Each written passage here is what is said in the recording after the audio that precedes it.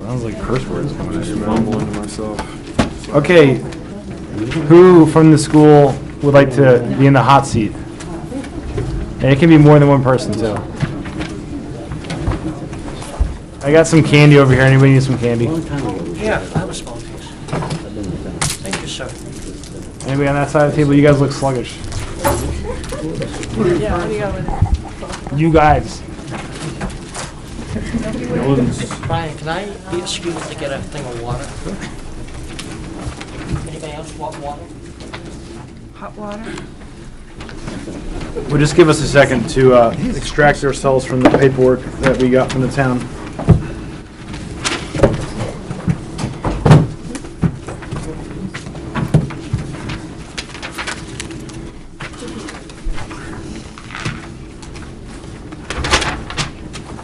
Oh my gosh.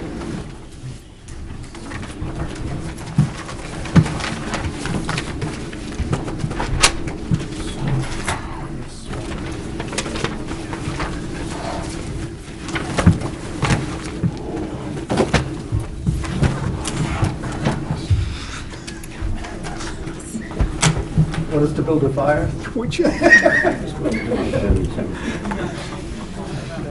We're saving money right now. Yeah, Oh, I'm happy to hear that. Okay. Has everybody located their school board budget? The one that's dated November 17th? Are you missing it? Do we have any additional copies present? There's 2 or 3, I think, sitting on the counter by Penny's. I'd bring extra ones.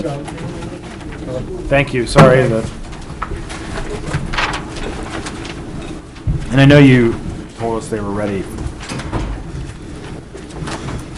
And then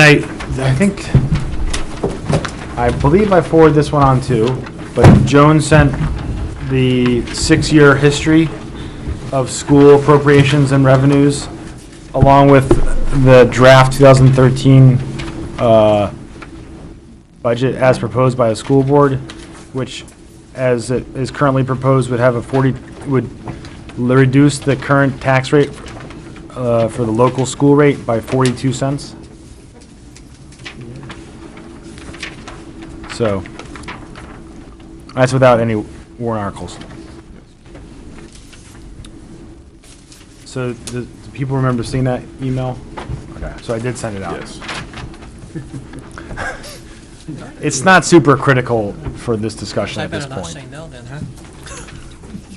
All right, so would you, I guess it would probably be good, since it's been a while that we participated in the school and we're stuck on the town, for you to give an overview, and I'll let you take the lead on how to structure this presentation discussion. okay. Because the town was a little easier. There's like 30 departments, so you can just choose.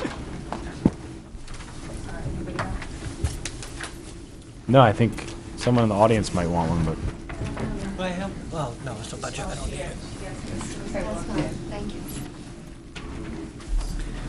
Well, we thought we would go on the assumption you've obviously had this well in advance and perhaps already have questions generated, so we're not going to spend a lot of time on some things that seem fairly straightforward to us. First, I'd call your attention to page 5, because as we build the budget, there are certain basic assumptions that we bring to the development of that budget, and you see 12 of them listed here. They range from the first one, teacher salaries, at the appropriate step and column, but acknowledging that we're still negotiating a new contract, which is really outside of this budget. You know that. And then the second one deals with federal grants. Some monies have shifted in federal grants, generally not in our favor, to be honest with you. It's shrinking, so we have to bring more needs back into the district budget. And then moving on through a lot of the benefits in terms of health insurance and dental insurance, and the increases that we've put in there, and the percentages for FICA and retirement. And I'm not going to spend a great deal of time on that unless you have any question on those. Those are pretty straightforward things. Roseanne? I have a question on number 1 for teacher salaries. Yes. The teachers expecting and asking for a pay raise this year. He can't answer that I question. can't comment on negotiations. We are still in negotiations. Okay, well, I'll just put it out there that I hope the teachers aren't asking for anything, and I hope the administrative staff of the school department is also not asking for anything. We all have to sacrifice, and I think the community would appreciate it if we all tightened our belts. That is a question I had as well, which is, the second line of that number 1 says, salaries for non-union personnel are set according to the proposed district's pay scales. And then I looked at Appendix A, and then I looked through the whole budget at all the salaries, and it's hard to actually tell, It is. because you have changes in positions and changes in who's where and stuff, which, from the other discussions, those changes made sense. I'm not challenging that, but has this new schedule, which is on page 15, been adopted by the school board?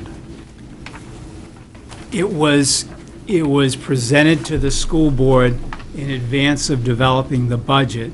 And so, yes, I would say they accepted that as a basis for building the budget. And it- Obviously, the budget has to get passed in order to implement it. And it would take effect in the new fiscal year of this Yes. budget? Yeah. And So is there any- so there are increases then for the non-union Yeah, and staff? I thought I would, for the non-union, I thought I would take you over to that in a few minutes. Okay. And go through that You can do that. schedule. That's fine. Because there are a variety of reasons why, variety of problems that we're trying to rectify. We can do that. We Okay. don't have to jump into it right now. Okay. We want to get to it. Yeah, is there anything else on page 5, though? Again, those are pretty straightforward percentages and issues.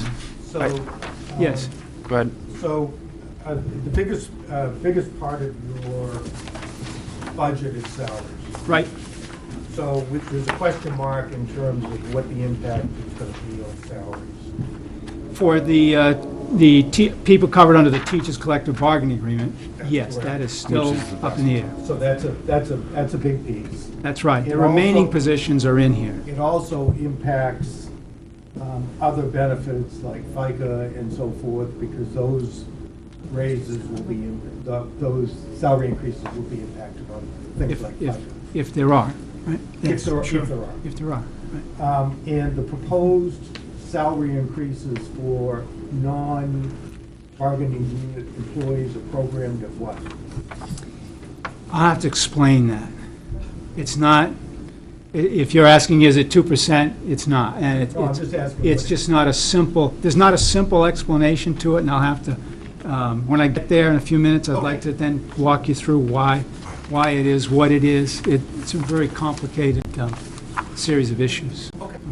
And just before, I think, when I was looking through this last night, it was helpful for me to remind myself that there's a chart at the beginning that has all these numbers and tells you what they mean. So if you're really interested in knowing how much money we spend on software, you just need to go to the back detail and look for the third set of numbers, 650, and it'll help you find software. And if you're looking at salaries, you look for any number in the 100s, basically.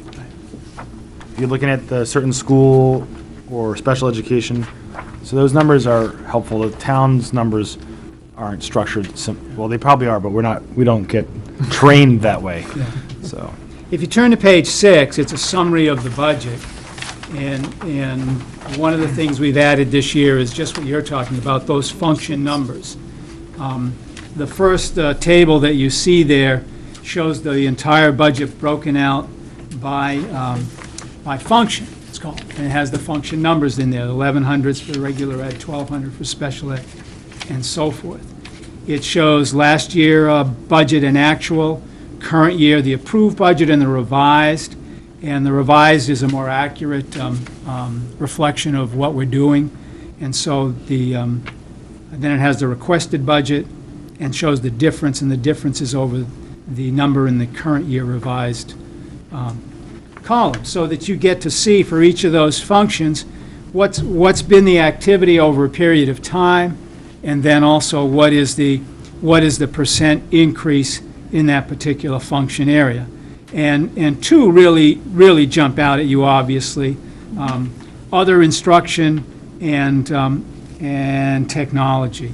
one of the priorities that I'll be talking about when we get to it more is technology in this district. It's in horrible shape and really in need for an infusion of money to just take us to a better place. Certainly not state-of-the-art, but it's a constant frustration in this district, and so that's why you see larger numbers there.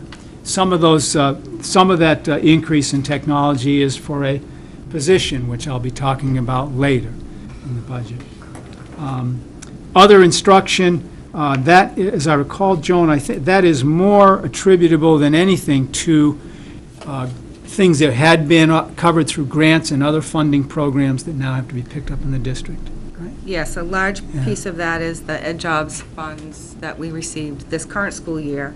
Was about $86,000 that we used to offset health insurance, and we actually took a department, the reading department, I believe is what's under 1,400, and so 86 of that 125 is just putting health insurance back into our budget that we were able to eliminate this year through the Ed Jobs grant. So, Brian, can I ask one? Yes. Jim, are you saying that other instruction, the 1,400, we're going to be able to find it somewhere else in here explaining what these items are? In each of the cost centers, there are highlights where we mention them. Okay. Yes. And again, as Brian said, if you go back to Yeah, back, the very back, yeah, the that's very back, count yeah. by count, and you can pull it out of there. Okay, too. that's what I wanted to know, was to Right. see how I'm going to go in there and look at As an that. example of the health insurance for that, though, if you went to page 25, right, the top line, you'll see that FY revised, FY12 revised for this year is 0. Even though it was a budgeted amount, it's 0. It's because we took the whole amount of the health insurance and charged it off to the Ed Jobs grant. So then, the proposal for those people's health insurance is $78,000, so there's a big chunk of the increase of that 125. What number are you on, Joe? Page 25, at the Yep. very top row, health Okay, insurance. I was on the opposite page, sorry. Okay. So you can see a revised was 0. So $78,000 of the $125,000 increase is because of the It's health just- insurance. just on that actually change being alone. provided. Right, because that Ed Jobs grant was part of the stimulus money that we only received this year. Looks like Roseanne's copy is missing the back sides. Several pages. Oh, that happened to somebody else. Somebody else mentioned it. Don't you have another one that you brought No, I down? just gave it to the audience. The last package only had the odd numbers. Yes, that's true. He did mention that. That's a good way to cut the budget. What did he say? Is it just your copy, Roseanne? Is it just her copy? Because she can have my copy. I can share with Jim. That's very nice of you. I'm confused enough as it is, I can't work with it. Yeah, sorry about Somebody that. can I don't know how work that hard, so- happened. Thank you. That's the second time it's been mentioned to me. Yeah, it did happen once before. But that's Yeah. okay. Okay? Might have been something. Must be our The, technology the laser problems. printer is sucking the ink Yeah. off to reuse Joan, it. thanks for that explanation. Okay. It helps.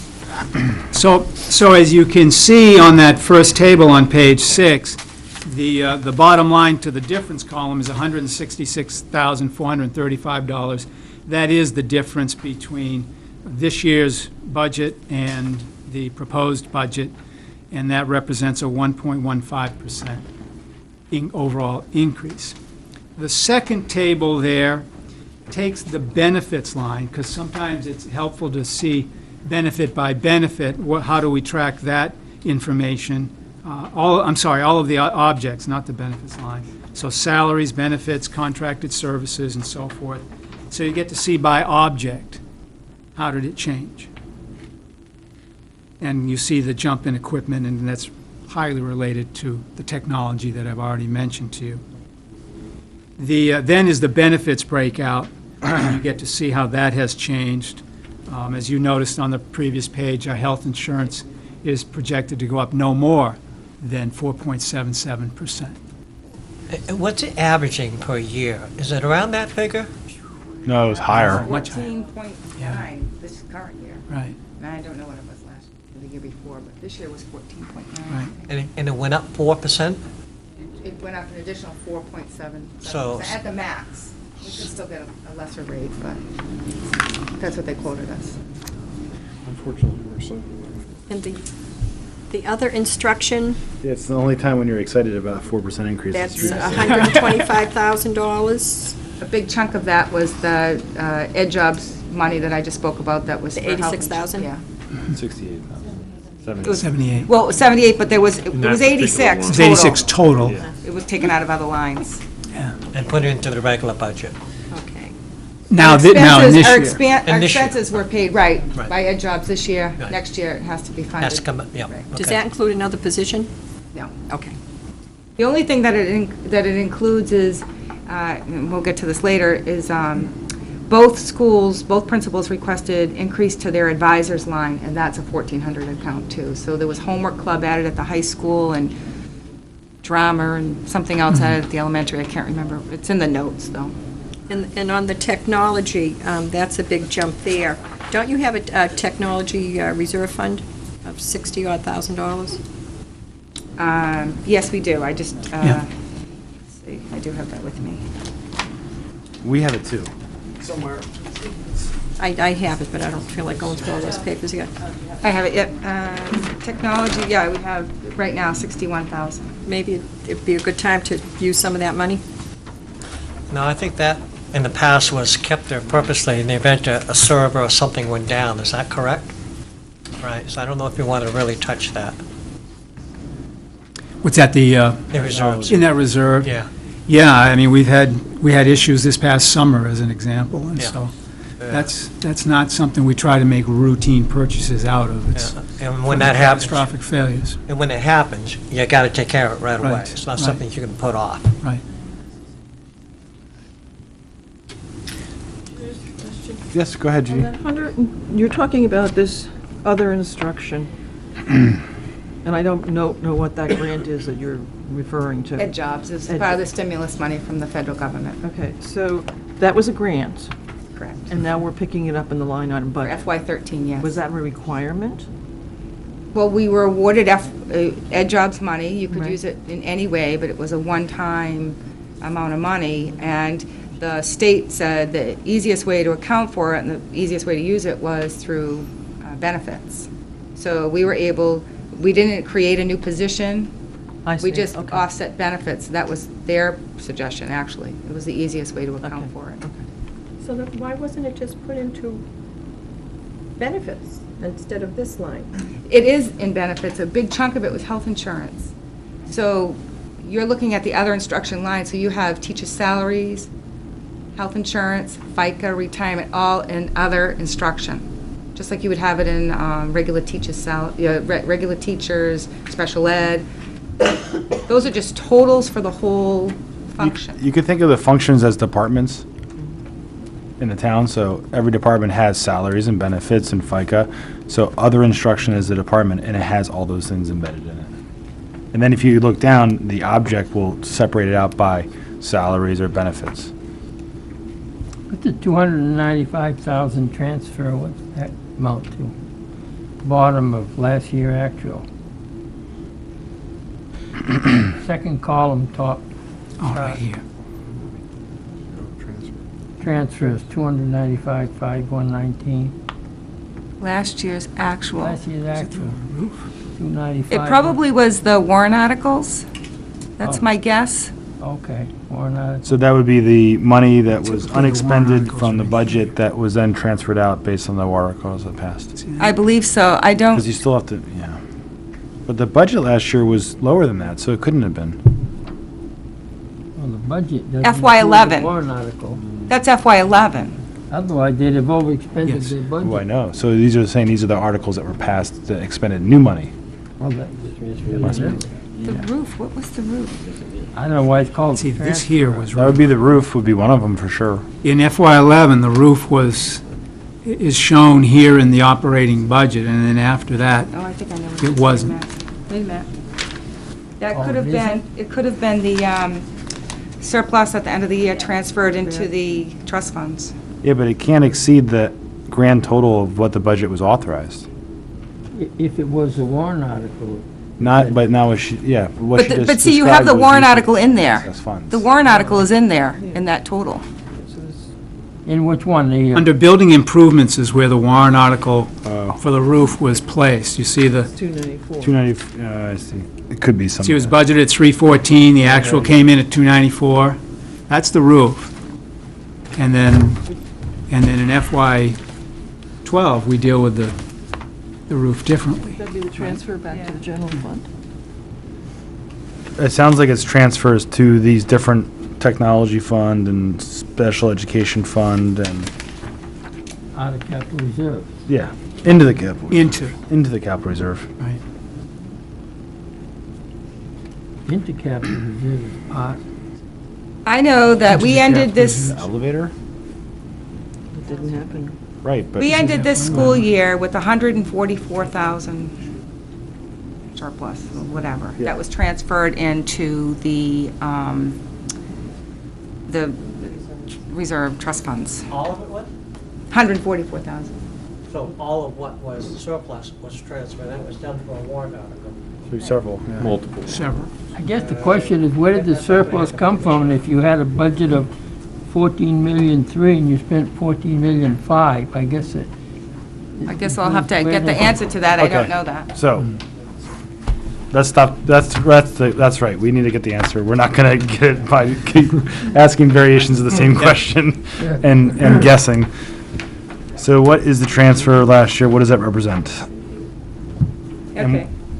Also, other use of funds, what does that mean? It's under object. The second table. I don't know, but you probably have to go back to why you have it Let me go back segregated to- out here. So if I go back out and look at that, what is that number? Objects.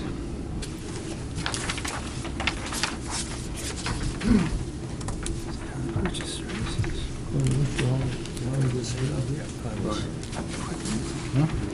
Other uses of funds. What is the function number for, Maybe dues, fees, miscellaneous. It might be all of, yeah, those two, I don't know. Yeah. And that would have I been, think other uses of funds might be the dues, fees, miscellaneous.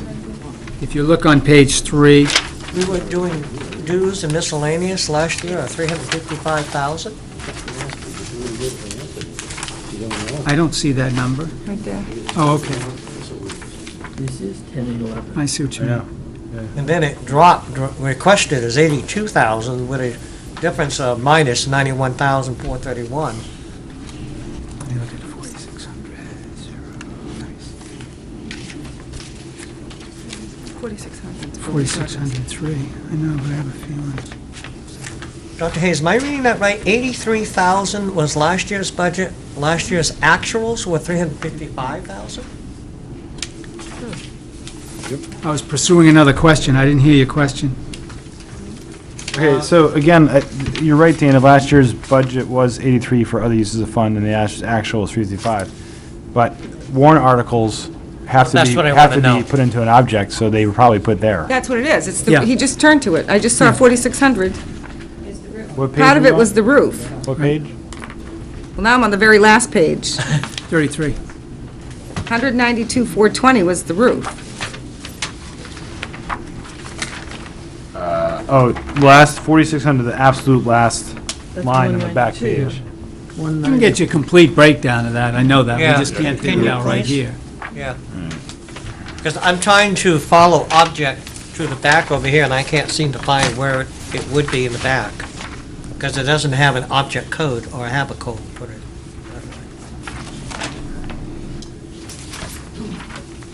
The objects at in the last pages, the objects are the last three numbers. Okay, but see how, when I can go through this, and then when I go here, there's no numbers to correlate it back over here. Because in the objects, there's a lot more of them, and then you'd have to do the Okay. 600, like the 600s are an object code, but in 600 you have supplies and books and software, so, do you know what I mean? Yeah, They're all, there's a combination of Right. stuff in there. Okay, if you can get us a breakdown of that, Sure. that'd be really helpful. Okay.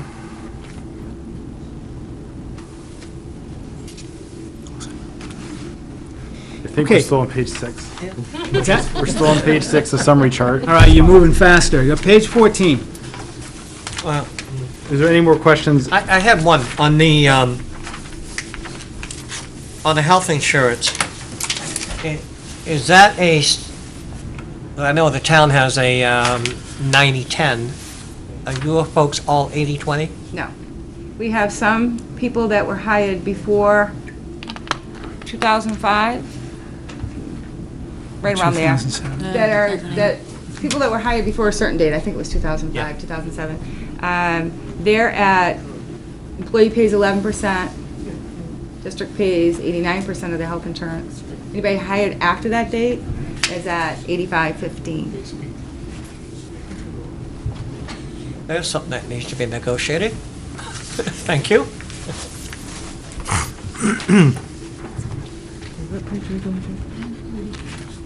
All set on 6? Yes. Let me move you over to 14 then.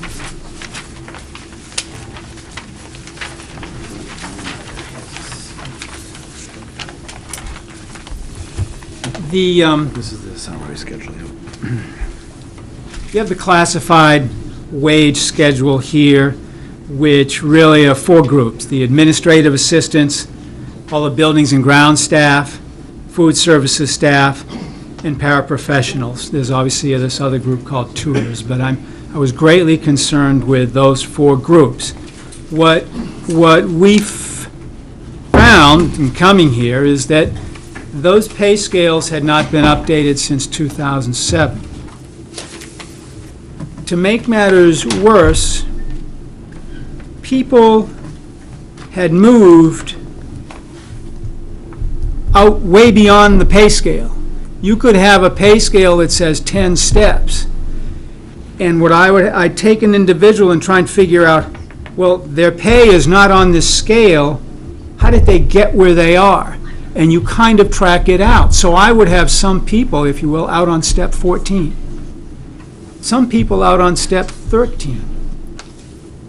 Some people that were out there and had different amounts and should have been on the same step. Some people who had longevity amounts, yet there was no longevity plan. People who, if you think, okay, this looks like a longevity plan, then why doesn't this one have longevity? It was frankly a mess, and really needed to be sorted out. First of all, so that people are paid equitably, vis-a-vis what's happening inside here, but also as we go to hire people, it became very difficult. And all right, now where do we put them on a pay scale which is no longer valid? And that was true for administrative assistants.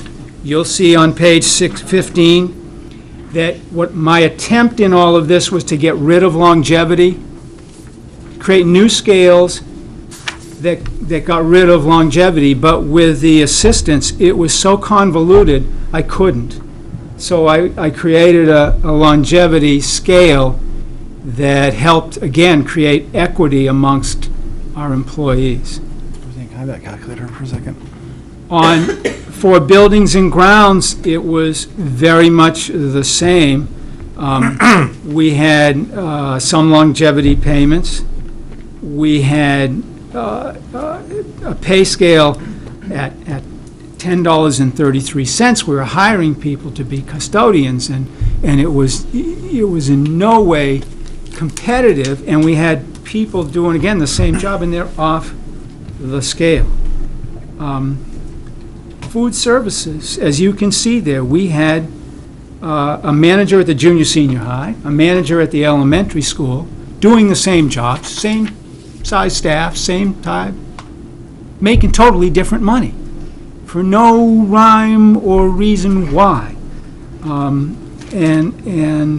And then with paraprofessionals, you see that we have 2 job titles, paraprofessional and personal care paraprofessional. The year before, we had 3 job titles, and I at least was able to whittle it down to 2. But we had circumstances where people were doing the same job in different buildings and getting different pay. And it just was not a pay scale that was brought up to date or that was well managed. That's the bottom line. So what I tried to do was to resolve all those inequities and come up with pay scales that were competitive, that in the end didn't made increases for people, yes, but the increases were more to balance things out so that our employees were treated in an equitable way before somebody tried to make a case out of it. For paraprofessionals, obviously, you see I went from 2 positions to really just 1, and a significant jump in pay, but I would tell you this, that the paraprofessionals were on a 193-day contract. 9 of those days were paid holidays. And certainly in my experience and what we see regionally, paraprofessionals don't get paid holidays. They generally work the school year plus professional days, but then they have a different pay scale. And so that's why there's a big jump there, because the number of days for them went from 193 down to 184, but to a pay scale that is more competitive, so that in the end, their net increase was not a large increase. I think overall, if you were asking for paraprofessionals, I believe it only went up by about 2%. But again, because I had inequities, different people getting paid different things at different buildings, for some people to make it equitable, they got big jumps in order to be brought in line with where the other folks were. And so some folks who then were already up at that higher plane didn't get a big jump. So it isn't like everybody gets a 2% raise across the board. So I summarize it this way.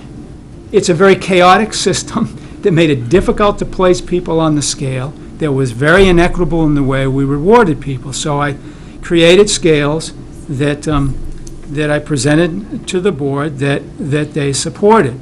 The amount of money to get to this position is not a large amount, and I know Joan has the totals for each of those.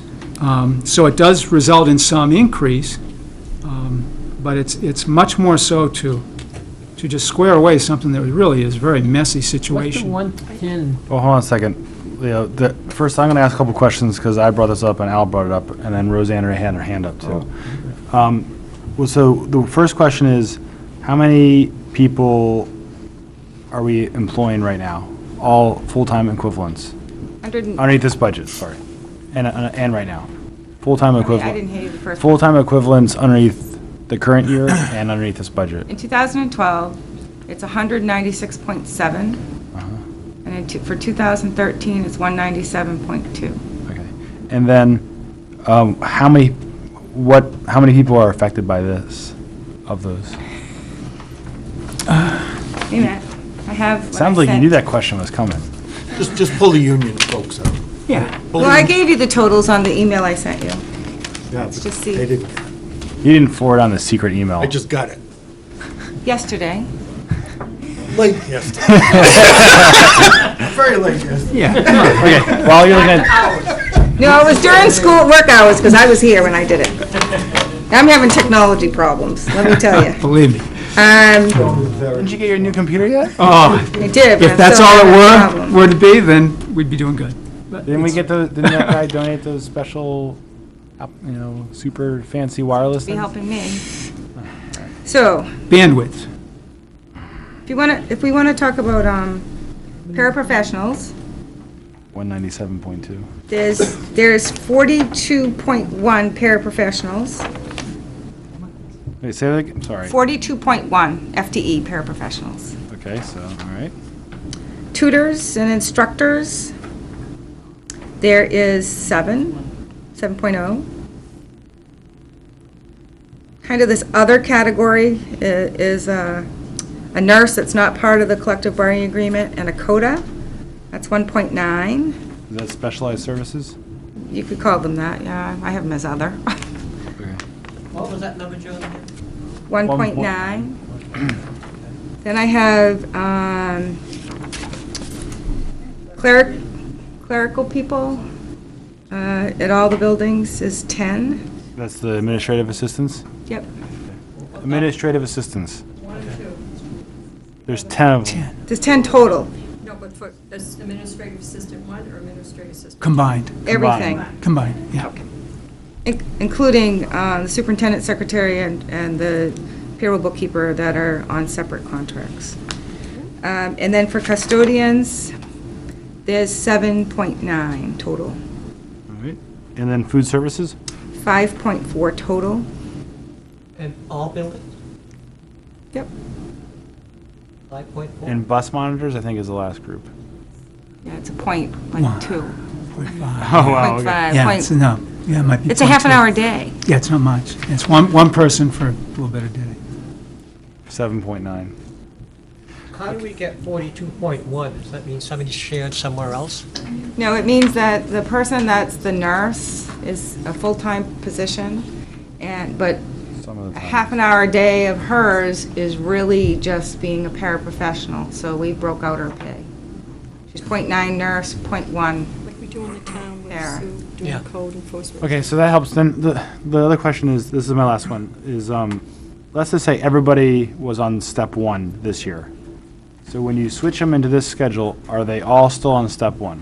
Their Or did steps, they all get bumped to step 2? everybody's steps are different. Do they all get bumped up a step because it's a new year? No. No. 'cause I People was- went I was going backwards to- on the scale. That's one point that I didn't make. But obviously, you got the point that people were out on step 13 and 14. Yeah. For me to put everybody on scale, I had to move people to lower steps on the scale. So you might have been step 5 on the old scale, and now maybe you're step 3 on the new scale. So I moved people back. Yep. And I did it all in a way, again, so that nobody's getting huge increases, but, and then still retaining that equity amongst the employees. But nobody lost pay. No, nobody lost pay. Some people didn't get a whole lot more because of where they were. But, What's the, you said that you knew the number? Yeah, I just wanted to say one thing too, and it's on Al's sheet, is that some people had longevity. right, And a lot of other people that have been here almost as long didn't have longevity. So there's a That's new longevity scale for the clerical help, the administrative assistants. But the longevity is gone for the paraprofessionals and the custodians. So you can't just measure, that's what I put the note on Al's spreadsheet, you can't just measure the hourly rate from this year to next year because they might have had longevity in there initially. So they might have been getting $4,000 in longevity, and they're not getting longevity anymore. So although their hourly rate seems to be a big increase, it's not. So what's the net difference underneath if we had the same number of employees, the same people this year and this year, what's the change? For the paraprofessionals, For all of it? You can give me the whole group. well, I broke them out and I didn't add them up together. Oh, okay. So for the paraprofessionals, it's around 29, it's 29.2, Okay. 29,200. I was assuming that, but As a it wasn't $29.20. no. That's the Total total. dollar increase. Do you have it as? Oh, I see. No, Joan, is that what he has that you sent to him? yes. Wouldn't it be easier just to send us that? Send it I to can send it Brian? to you. I can follow up and email it to you. It's a secret. There's enough secrets on the council. No, I'm just kidding. I would love it if you just gave the numbers right now. and I you will. could still Yeah, send I it. like to Please. hear too. That's right. So the paraprofessionals are 29.2. The custodians are 9,400. And the administrative assistants were right around 9,000, $9,050, something like that. And I apologize, I didn't do food service because it doesn't affect my bottom line budget. It comes out of her revolving account, I didn't even, Now, that's the gospel truth. And how about the other assignments? Those 7. oh, the 29 includes. 9.1 Wait a people. minute, the 29,000, sorry, includes the tutors. Okay. Sorry. So that $29,000 is spread amongst 50-something employees. All right, I hogged up the time there. So Al, since you were on this, and then Roseanne. So of the 7.9, 42.1, 7 1.9, 10, and 5.4. What was the average increase among those? They were different depending on the group they were in. No, just the average increase of that population. I don't have that.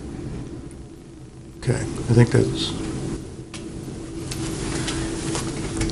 I do have it in a spreadsheet, but I don't have that spreadsheet with me.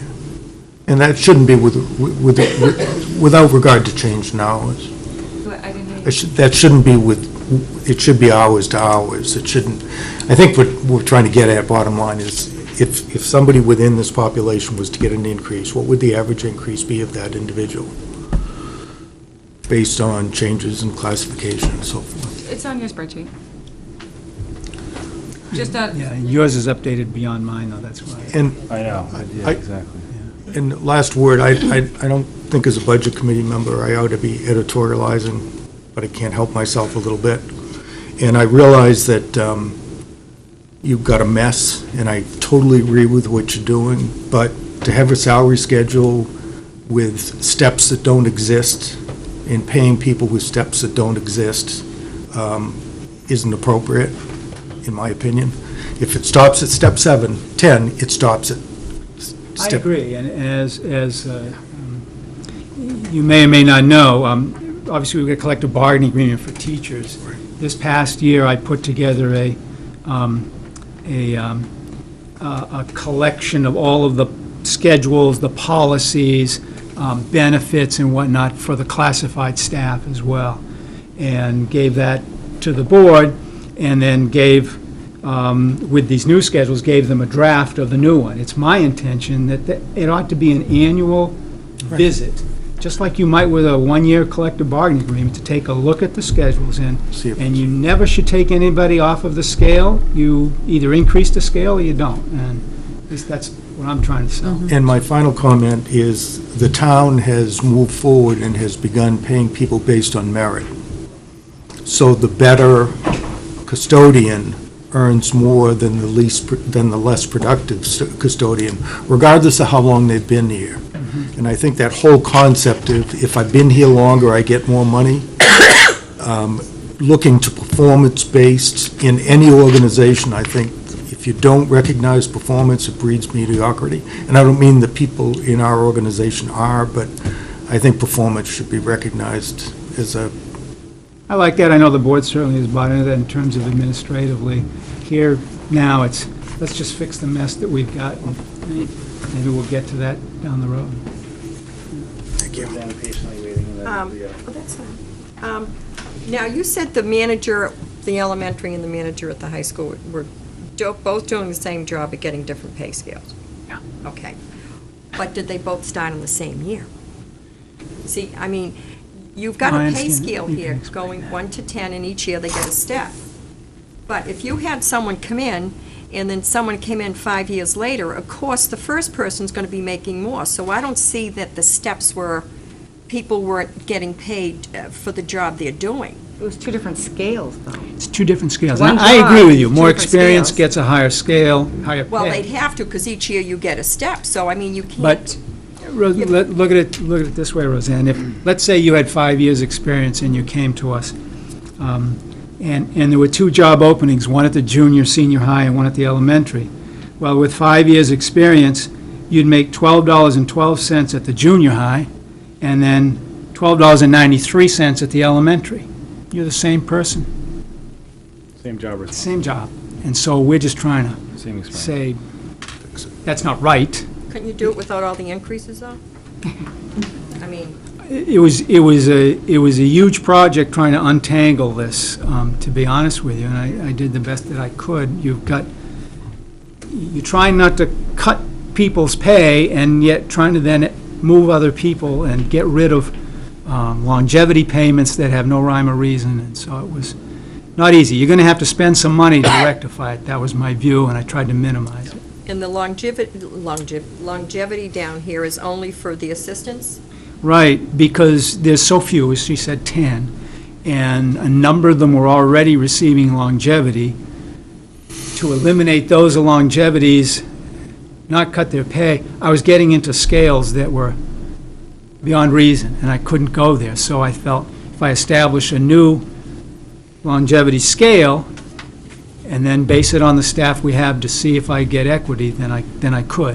Eventually, I'd like to phase it out, but it was the only way to solve the problem. Yeah, that's something I've been talking about for a few years. I like to see all longevity for the town and for Yeah. the school to be done away with. That's what he's trying to do. Yeah, trying. Jim, maybe you can talk a little bit about the fact that those assistants, how long have they been in the district? And that, I mean, that plays a role. They've been here a long Yeah. time. We have some veteran staff. Plus 30 Yeah. years. Yeah, Right. 30-plus Oh, years, yeah. which is how some of that How it came got to the way be. it is- did, right. Are any of those people that are here for 30 years that are getting $4,000 a year for longevity, have they retired and come back to work? No, we don't have that. Not with them. Not with any of these classified staff do I have that. I guess I'm confused on the difference between steps and longevity. They seem to be the same thing. Do you go from step one to step two to step three every year or whatever? Yeah, pretty So much. what's longevity then? Longevity might be, in some places, if you've been here for 20 years or more, we're going to give you an additional payment. After 10, you start talking longevity. You can, yes. In this one here that I've got on page 15, it's after 5. Because I put that in there because it was just really the only way to keep things But balanced. it's only for the secretaries. Yeah, okay, so you're saying now, a head custodian, for instance, once he gets up to step 10, that's it? That's right. Okay. That's right. Scales revised. So there's no more And, longevity? but then, that puts burden on the school board. If they want to reward this person, then they have to change the scale to help that person, not get into these other things that we lose sight of, Judy and then Dana? I just want to clarify something I think I heard. So a person comes in and applies for a position, and they've had 5 years' experience in XYZ. You bring them in on step 5? No, we'd bring them in on step 6, yeah. At 6? So they don't If come they in have at- 5 years' experience elsewhere? elsewhere, right. But they only get the longevity if they're in Yeah, district I know, I service. understand that, but this is a position in this, so they wouldn't come into the school on a step 1, they'd come in on a 6 because of their previous experience? You generally would give them credit for that This is the same experience. thing we ran into with some of the teaching staff? Well, it's no different than with Yeah. teachers. You get, a They've been- veteran teacher, and you really want to hire that person, you're going to have to put them Okay. high up on the Just wanted to be scale. clear that we're not bringing people in on 1 and when they're new to the district, that they're coming in Right. based on their previous experience. We do give credit for that, yes. My only question is, on the scale wage schedule, there's 1, 2, 3, 4, and 5 represent years you've been here? Not Or anymore. It used to be that, though. Well, many times that's what the scale represents. If you've really paid attention to the scale over the years, then it does. But again, we had a 1 through 10 that really was a 1 through 14. And so in order to bring it back to a 1 through 10, I had to move people Right. backwards on the scale, so it no longer represents years' experience. And it's So- not blown out beyond what it's supposed to be, 10 steps. Right. All right. The other part of that question is, if somebody gets to step 10, if I remember correctly, they can't go any higher. That's right. So they can only rely on one increase, which is, If the merit? scale goes up. If the scale goes up. what do you mean the scale goes up to 11? Well, let's say a year from now, the board looks at this scale and says, we want to increase it across the board by 1%.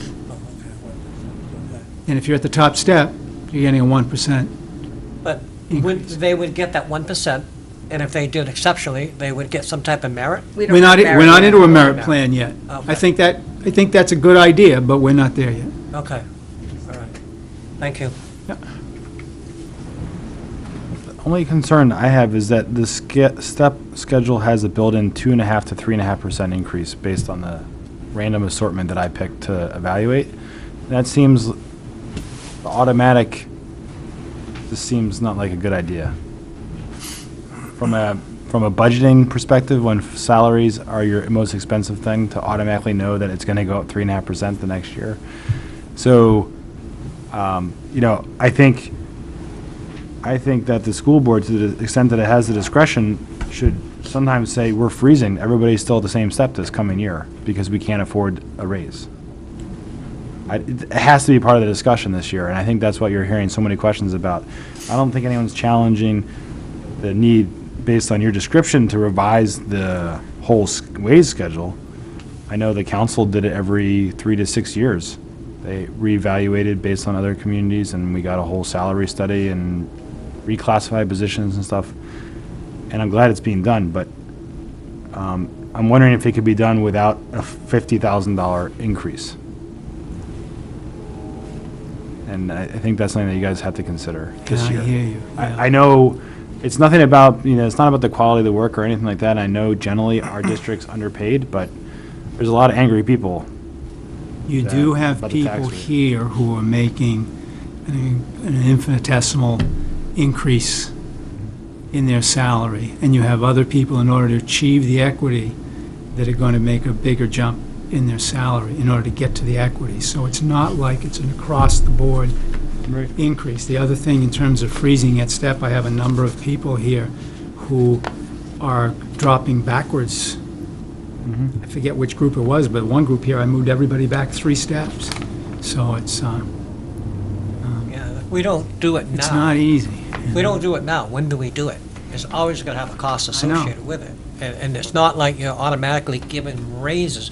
You're bringing something in scale that's been way out of whack for a long time. I agree, $50,000 this time, year in the economy is not good, but if you don't do it now, when do you do it? And you can't piecemeal and say, we're going to do step 1 through 5 this year and step 6 through 10 next year. You got to do it all at once. Well, certainly for the board's perspective, this is a problem that needed to be fixed. Oh, I agree. And that's what the cost of fixing it is, not the, you need to look at it that way as Yep. opposed to Yep. everybody's getting a And raise. when Brian said that the town, every, 3 to 6 years, as you stated earlier, this hadn't been done since 2007. So right. here we are, 5 years later. So it has to be done at some point. Any more questions on the wage schedule? Maybe getting to what Brian said and to what Dana said, maybe you can make the adjustments this year to the wage scale, but still keep everybody's pays frozen this year because of the economic situation in the town. And then if it improves next year, and the teachers don't go crazy asking for too much money, you might be able to reconcile and give them their increases next year, but not this year. You've got the pay scale done, but no one gets a raise this year. These aren't teachers, though. These aren't teachers. I know they're not teachers, and this is just to set, we can't Yeah. give 50,000 to these folks and then tell the teachers not to get a raise. The town didn't get a raise, and I think the school has to follow suit. But I think you have to understand now. Dr. Chad, if you could come up to a microphone so the television world can hear you, I'd appreciate it. Chet Jablonski School Board. I think what Dr. Hayes has said to you people was this has been accepted by the board as a basis. It's very, very intense entanglement here with this whole pay scale that was and what he's trying to get now is. So I think we have to kind of accept this and not bring him back to his office and say, create another scale. This took him a long time to do this. I realize it did, Chet, and I appreciate him doing it and trying to rectify it, but he's got the scale in place, he can put it in effect next year, the work's been done. It isn't something that should just be done. We can't afford 50,000 for this. There's no real connection between what you see on page 14 and what you see on page 15. It's not as if I could take placement on the current scale, move them back 1 step, and they'd all be at 0. Wouldn't be. It just wouldn't be. It's just such an inconsistent kind of pattern. People would be losing money and other people would getting small raise, but I just, it's just, they're different. They're very different. Ellen, and then Al and Dana, and then I think we should try to wrap up because we're getting closer to a debate, which we'll have plenty of time to do later. So did I hear right that this is going to cost like $50,000 to get it all squared away? So is that offset? It seems like the salaries haven't gone up very much overall, so is this somehow sort of offset elsewhere, or is this part of the overall increase in the school budget? It's the increase in the salary lines for these, right? I can't Well, the say that salaries it's only offset some. went up 33,000, but you have a half of a new person in full-time equivalency, which I was trying to figure out. Somebody really expensive must have left. We have retirements, yeah. Right, so I yeah. guess that's my point. Is there some offset? And I guess what I'm hearing is that we either have to do this or we don't. We either adopt this new pay scale and there's some cost to it, or we don't. And if we don't do it, then the whole system is still pretty We'll go messed back up to as where far we as were, I'm hearing it. right? Right. Yeah. I know that was the board's view. Al? And then Dana, I believe? We have an obligation as an employer to pay employees that are doing equal work the same monies. And I think that's a large part of what we're doing here. And that's not a choice, that's an obligation we have.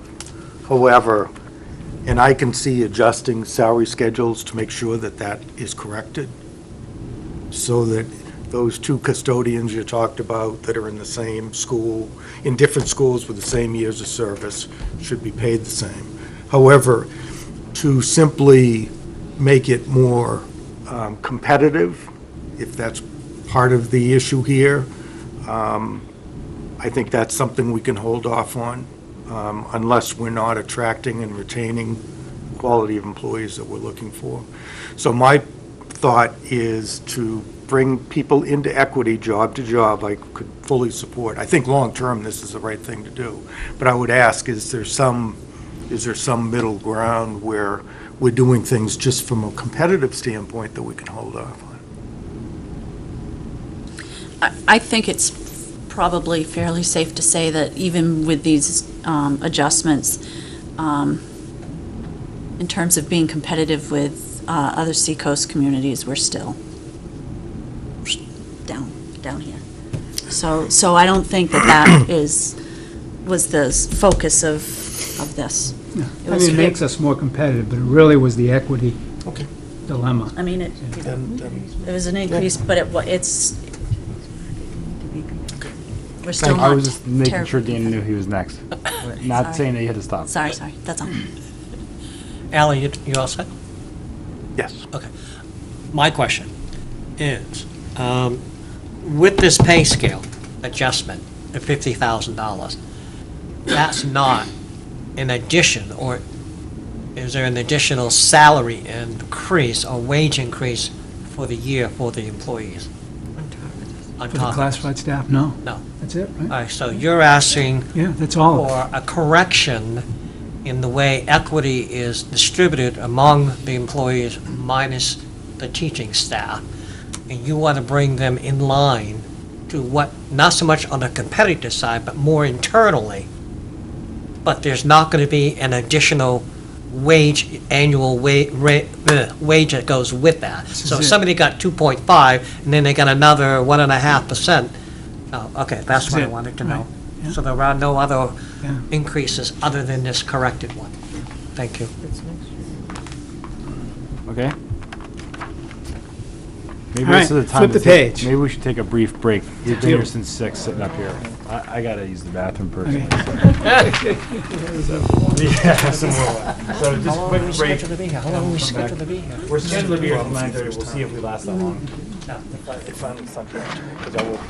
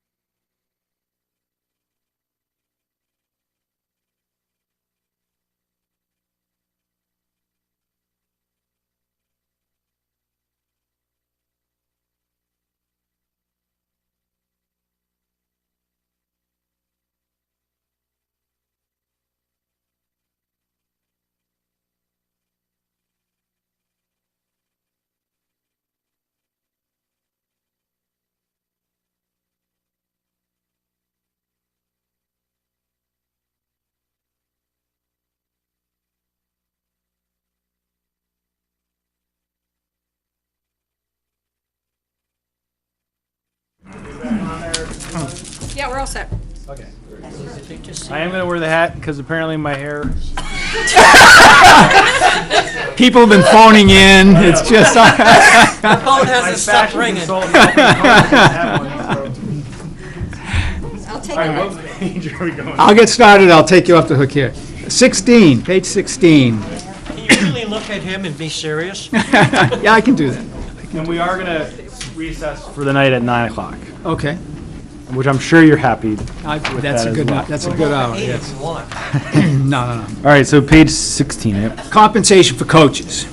You went through this. The coaching salary has not been updated since at least 16 years. That's how far back we can trace it.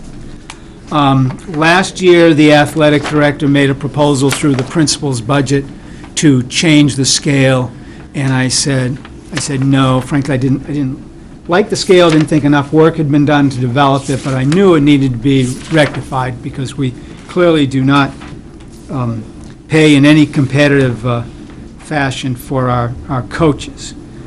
And so as I looked at models for this, instead of getting a scale like you see on page 16 and simply upgrading everything, I found in a contract from a neighboring district what you see on page 17. And what it does is it sets the relationships between varsity level coach, junior varsity coach, junior high coach, and for the various different sports. Some sports obviously are more intensive, more demanding as a coaching responsibility than others. And so there's this differentiation as you go across the page here. You can see level 1 is boys and girls basketball. For us, the most intensive season of all of ours. Level 2, boys and girls soccer, boys baseball, girls softball. Level 3, cross-country, winter track, and spring track. And then level 4, golf and cheering. And in this other district, because their schedule was within the teacher's contract, they based it on step 1 of the teacher's contract. So you see at the very top, you see where I say F13 base? That's the trigger for every other number, every other stipend that's in this schedule. For them, it was the step 1 of the teacher's contract. So every time the step 1 of the teacher's contract went up, all the coaches' salaries just flowed forward. So you wouldn't get into this, hopefully this, every 16 years we change the schedule. Obviously ours isn't tied to the teacher's contract, and I didn't want it to be that, but I put a number at the 31,000, which is very close to our step 1. It's a number that the board in another year could change if it wishes. And once you change the base, then all of those stipends for the different positions change, and they keep the same relative difference between their level of responsibilities. And so we set the 31,000 as the base, use these percentages to calculate the different stipends. Same with athletic director, and we have a middle school athletic coordinator. The other thing is that's a base number. As you see on page 16, we grant 10 years of experience in that schedule. And in the bottom of page 17, the very bottom table, is the experience factor. So, for example, if I were coming to be a baseball coach here and I've got 15 years experience, then I look up for Fine Boys Baseball and it's $3,100, and then because I have 11 or more years, you add another $375, and so my stipend is $34.75. So we do build in an experience factor in that way. So again, it's about a reasonable schedule that hasn't been touched in 16 years, trying to get something that's easily managed over every year. The net impact of this is $9,714. Questions? Roseanne? So What community did you take the scale from? This was Epping. Epping. Yep. And so if, say the boys soccer, junior varsity, they're getting 2170 with the new scale. Yes. If that particular person's been teaching for 5 years, are they going to get an additional 150 added on this year to that stipend? If they've been coaching, you said teaching, but Oh, you probably excuse me. meant coaching. Yes. If they've been coaching for in 5 years, soccer. they get it In soccer. in that same sport, right. So this year, they'll get the increase from the pay scale on 16 to what is now on 17 is in regards to what Epping's getting, plus they're going to get an added stipend on top of it. They get, the base level is 2170. We pay that to the person who has no experience. The experience factor for the example you gave is another $150 on top of that. Okay, but the boys soccer junior varsity before was 1980, right? Yes, Okay. right. So there are Yeah, increases so- here. So they're getting a double increase, more or less what Mr. Glennon had asked before about the other pay scale, if they're getting that in something else. Whereas these folks are going to get from 1980 to 2170, so that's an increase there. And then on top of that, if they were here for however many years, you're going to add a stipend to it as well. But just to clear it up, Roseanne, the previous schedule had built in based on experience. Goes 1 through 10. Okay. So every year you went up from the previous schedule. Right. This one, you go up every 2 years in the same sport. And there's no more Right, pay scale. basically. Right. And it's an adjustment on the overall thing that's a lot easier to administer, because you Oh, yeah. plug in one number and the formula does the rest. Right, right. All right. So you're doing away with the pay stipend schedule. On page 16, that goes away. That goes away. Yeah. Okay. And to bring everybody in, is this another one of those, I'm sorry, Brian, can I talk? Yeah, sure. Is this another one of those equity adjustments? It's equity between sports, Yeah. yes. Okay. It is part of that, but part of it too is the scale being 16 years old. Coaches aren't being paid at a real competitive level Yeah, at I all. would Not agree. that this makes us competitive now. No, but- It doesn't, but it makes a movement in that right It's a direction. step in the right direction. Yeah, it is, yeah. Okay. Okay. All right, okay, It looks like we're done with questions at this point on that. good, okay. So now, again, this is organized by cost center, so if you go to page 9, we've provided for each of the cost centers, for the elementary, the junior, senior high, and the SAU, a one-page listing of highlights. Some of them are pretty routine statements, and some of them are exceptional and worthy of even more discussion. But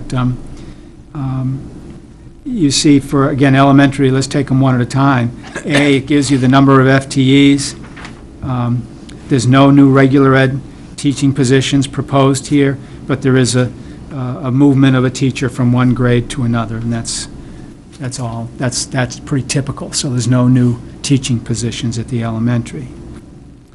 In terms of special education teachers, there are 9. One is partially grant-funded through IDA, and the building coordinator is included in this line. Building coordinator is an administrative position that gets extra days beyond the typical teachers or paraprofessionals. Length of Jim, year. just on that $7,770 grant, how long is that good for before we have to absorb it in the budget? IDA is an entitlement program, so with the exception of either it shrinks or it rises from the federal government, it's not going to go away. It doesn't go away? Yeah, Okay, it's a matter of managing the money best. thank you. C, again, it gives you the, yes? Maybe instead of going through each line, Okay. you just tell us what is changing. The big, okay. Substance. So C, no change, D, no change, E. And then people can, of course, ask questions on them, but I figure if we hit the things that are changing, that would highlight. E is the areas. first one that's a change. So if you take a look at that, Okay, I remember this. we're, let's see. What does that mean? Why don't you explain that? Because let me see. Our current ESOL teacher at the elementary school Right. is retiring at the end of this year.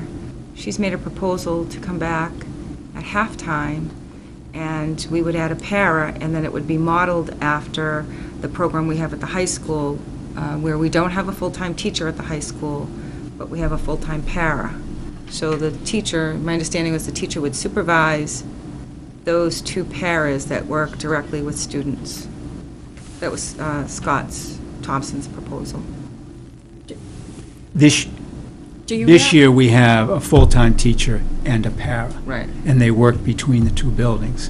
So this one reduces the teacher position to half-time, Adds a but adds one more para, so they have one at each building.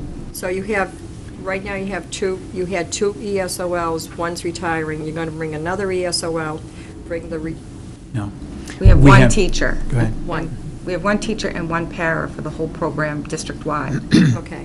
This will take the full-time teaching position and reduce it to half-time. Okay. Forget about the retirement, but it'll reduce the half-time teacher to half-time. And then we would add a paraprofessional, so that there'd be a paraprofessional at each level. Okay, so now we're going to have two EOLs. Paraprofessionals, not teachers. Paraprofessionals, not teachers. right. We'd be increasing the capacity of the program by half of a person. So why do we need this teacher that was in to come back for half-time? And are we going to be paying her at the pay scale that she left? When she comes back, she's going to Yes. retire, and she's going to come back at half-time. At half-time. Will her pay scale be at the same scale as when she left? Yes. But she's- half. But in she's- half. So she's going to be Yes. retiring and collecting retirement and coming in and getting this money. And we're going to have someone to coordinate these two. You need to have a certified teacher to oversee the program. According to the state. Right. With the pay scale that she'll be coming in at half-time, would it be more advantageous to hire a teacher that has had a couple of years' experience at our current pay scale and have her as that, so you eliminate one whole paraprofessional? And you have a teacher, certified teacher, that covers the coordinating aspect of it without paying a high pay scale. Because I think when you match what you're going to be paying this teacher to coordinate at that very high rate, she's just retired after how many years? Yeah, but you got to remember the cost- stability. The costs offset, right? It's not an increase in cost, it's an increase in people, but it's not an increase in cost. There's no increase in cost. No, because the loss of the half salary, if you will, for that ESOL teacher is used to buy the paraprofessional, Plus benefits, plus benefits, right? because he's not eligible for health insurance. The retired Not teacher. eligible for health Right, the insurance. retired teacher won't have health insurance, Right. nor will participate in retirement. What about vacation, all that? Teachers No, don't get They don't vacation. get vacation. Paras don't get benefits either. No. So there's no increased cost in this. No, it's just it's another FTE, if you will, but it's not an increased dollar amount. We're just shifting costs from a teacher's salary line to add another paraprofessional. So is that essentially the halftime change that when you gave the overall numbers? Right, I wrote down how we changed. So from this year, originally, we had added 2.5 positions. We had the math reading coach position that didn't make it through the school board. And we had the data manager, which was a half-time, and then we had the ESOL para. But we were also reducing the .5 ESOL teacher, and we reduced a CODA position, a full-time CODA position. That, I wrote those down that night, first night What's we had CODA? a certified occupational therapy Thank you. assistant. But you'll see that later Okay. in the SPED, and I think it's in the SPED budget. I asked what does ESOL stand for?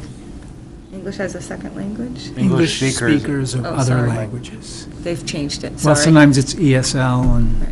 variety of So- different. English is variety not of their different native things, language, right? right? I asked this question last year, and I think I remember the answer, and it still troubles me if my information is correct. If it isn't, please correct me. I think I asked last year how many students were enrolled in the ESL program, and I think the number was 22. I don't know that number either. And I asked how many of those 22 were not born in the United States, and the answer was 2 of the 22. were not born in the United States. So 20 of them are U.S.-born citizens, and we're got them in ESL, English as a second language program. Doesn't make sense to me. Why not? The parents. Can very well be. I mean, you go through an assessment process that determines whether they need ESL service. There are tests that are administered, and, you know, and it starts with, what's the language at home? If the language at home is other than English, then you have to at least assess. And then if the student, you know, evidences need of service, it goes from there. So if, never mind, I don't want to go further with it. It makes I understand. no sense to me at all. They're learning from reading and writing and arithmetic from the TV, just like everybody else is. And I've spoken with a number of students in ESL program, and I can't tell the difference. That they had another language, and they can't speak another language. So, But something to keep in mind is, you know, speaking is one thing, reading, comprehending, being able to. Articulate. Right. Right. I think it's a program that's outlived its usefulness. Anyway. Well, most of that is mandated, isn't it? So you don't have a choice. And there's criteria, too, that I'll call exit criteria.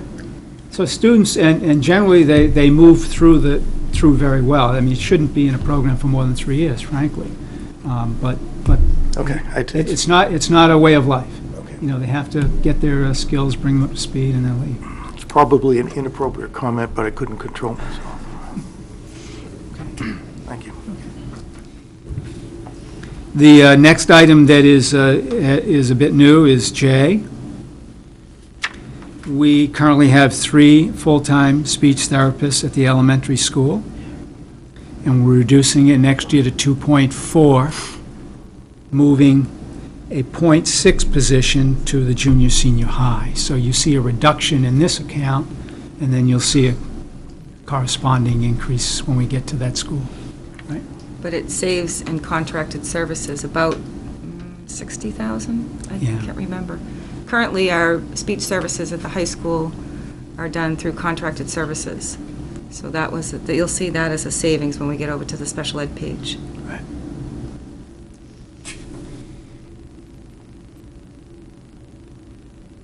K, there are 2 occupational therapists, 1 full-time, 1 part-time, so it's a 1.4 FTE.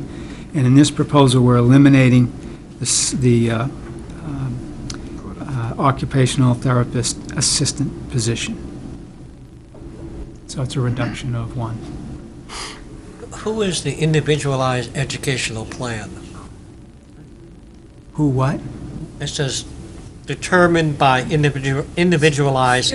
Students' plans. Individual, these are when a student is judged to have a disability, then a plan needs to be put together as to how they're going to meet that need, and that's an individual. That's how you go And so about it. some students need occupational therapy as a service. Okay.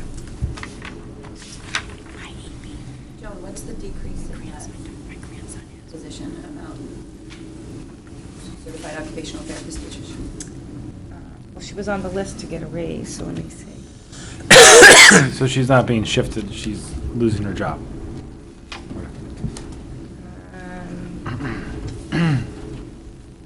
I'm assuming these people have been notified. Yes, Okay. yes.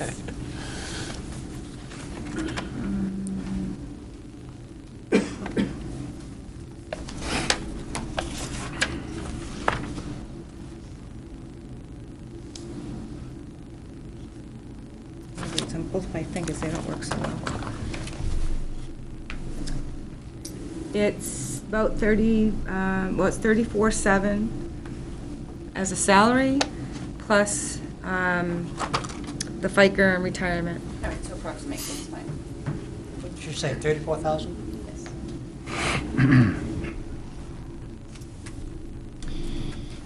Next is item P. Yeah. We've already discussed that, but that's pointing out the total loss due to the Ed Jobs Grant. Q gets into technology, and again, there's a major emphasis on technology across the board, so you see it in all three cost centers. And here at the elementary, it's budgeted as an amount of $19,340 for a variety of access points, laptop cart,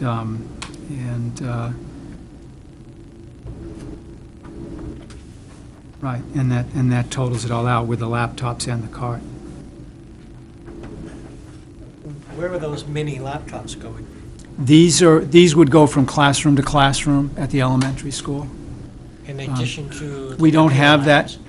We have a computer lab, but we don't have the mobile capability, and certainly one lab isn't enough to help everybody, and we want to be able to take it to classrooms, so. So is this part of what you're saying, that others, we're not quite there with the technology, but other schools do this type of? Oh, absolutely they do. Absolutely they do. So Thank you. it's been in high demand at the elementary school for some time, and what we're trying to do is to, keep what we have going, and going as well as we can, but we need to be upgrading in places, and this is where the emphasis from the principal was. In R, Joan's already mentioned part of this, an increase of $11,000 and change in the advisor's account. The chorus, the drama, Lego Club advisors. One of the things that happened at the elementary school this year was for the PTA to ask whether they could try and start some clubs. They provide the seed money to get it going, and if it demonstrates a lot of student participation, then the district would pick it up. And clearly, we've the chorus of 71 students enrolled, and drama has done very well, and Lego Club as well. And so that's what that increase is for, is in order to cover the stipends for those positions. And then there's another 8,700 and wait a minute, no, that's not another. Right. Then there's $8,752, and that funds the homework club. The CINE grant, School in Need of Improvement grant, that we've gotten in the past has had enough money that we could fund homework club, which is a terrific terrific strategy for helping students be better academically after school, but yet it takes some money to pay people to coordinate that, and the CINE grant can't handle it anymore. Can you tell me what the Lego Club is? Don't tell me it's stacking little Legos. Foster School Board. My daughter's actually in the Lego Club. It seems kind of silly to think about, but there's like 25 of them. It was done by a lottery.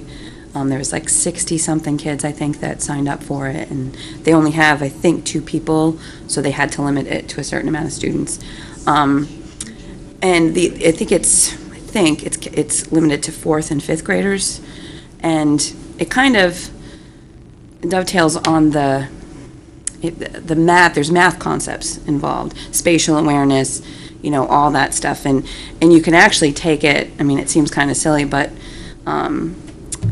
MIT does Lego Mindstorm robot kind of things with kids at this age. I mean, we aren't doing that, but that's the concept, to be able to provide these young learners that have these great minds. I mean, you'd be amazed. You could give a kid a box, and they won't even need the directions, and they'll just put together these amazing things, and it has to do with their spatial ability and their so it's not just the thing that they're using. You're talking Legos. about It's That's what like I wanted to know. it is. It's not an acronym for something. It is, but they're donated too. I think a lot of them are donated. I don't think we've actually had to purchase a lot of them. I think it's just families that have donated the actual things, and they start out by just letting the kids use the directions, and then they take the directions away, and then they see if they can do it. So, I mean, it seems kind of silly, but it really is Gives creativity. based in education, yeah. Is that the $1,200 for drama and the Lego?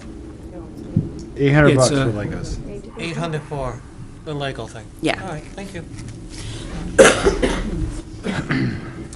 The last item at elementary, if you look on page 8, it's a little bit more apparent. If you look at the transportation line towards the bottom of that table, at the bottom of the page, you see that there's an increase in that line of $17,100. That is half the cost of transportation of homeless children. That amount used to be budgeted in special ed transportation. It's not a special ed program. It's not, and needs to stand alone. So you'll see a corresponding reduction in sped transportation as a result of this, but it's put in the right line.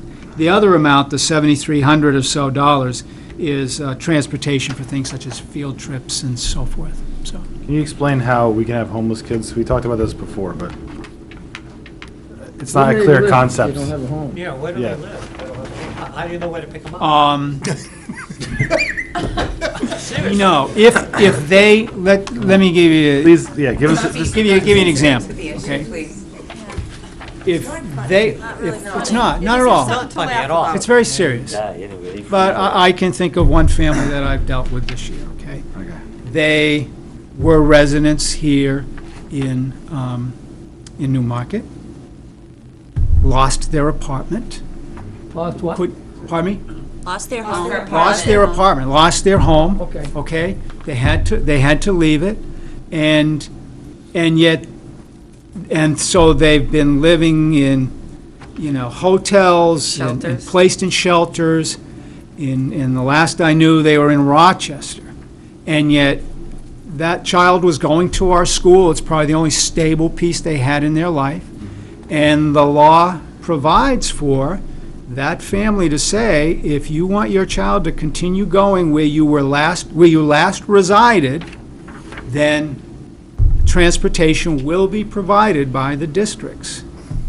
So for that example, we split the cost with Rochester to make sure that student gets to school every day and back to Rochester. And so you do have people who become homeless here, and for whatever reason, they want their children to continue going to school here. And so the law mandates you do that.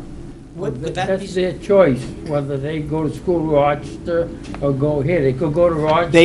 They could choose to go to Rochester if that, in that example, the absolutely. remainder of the school year, but not every year after that?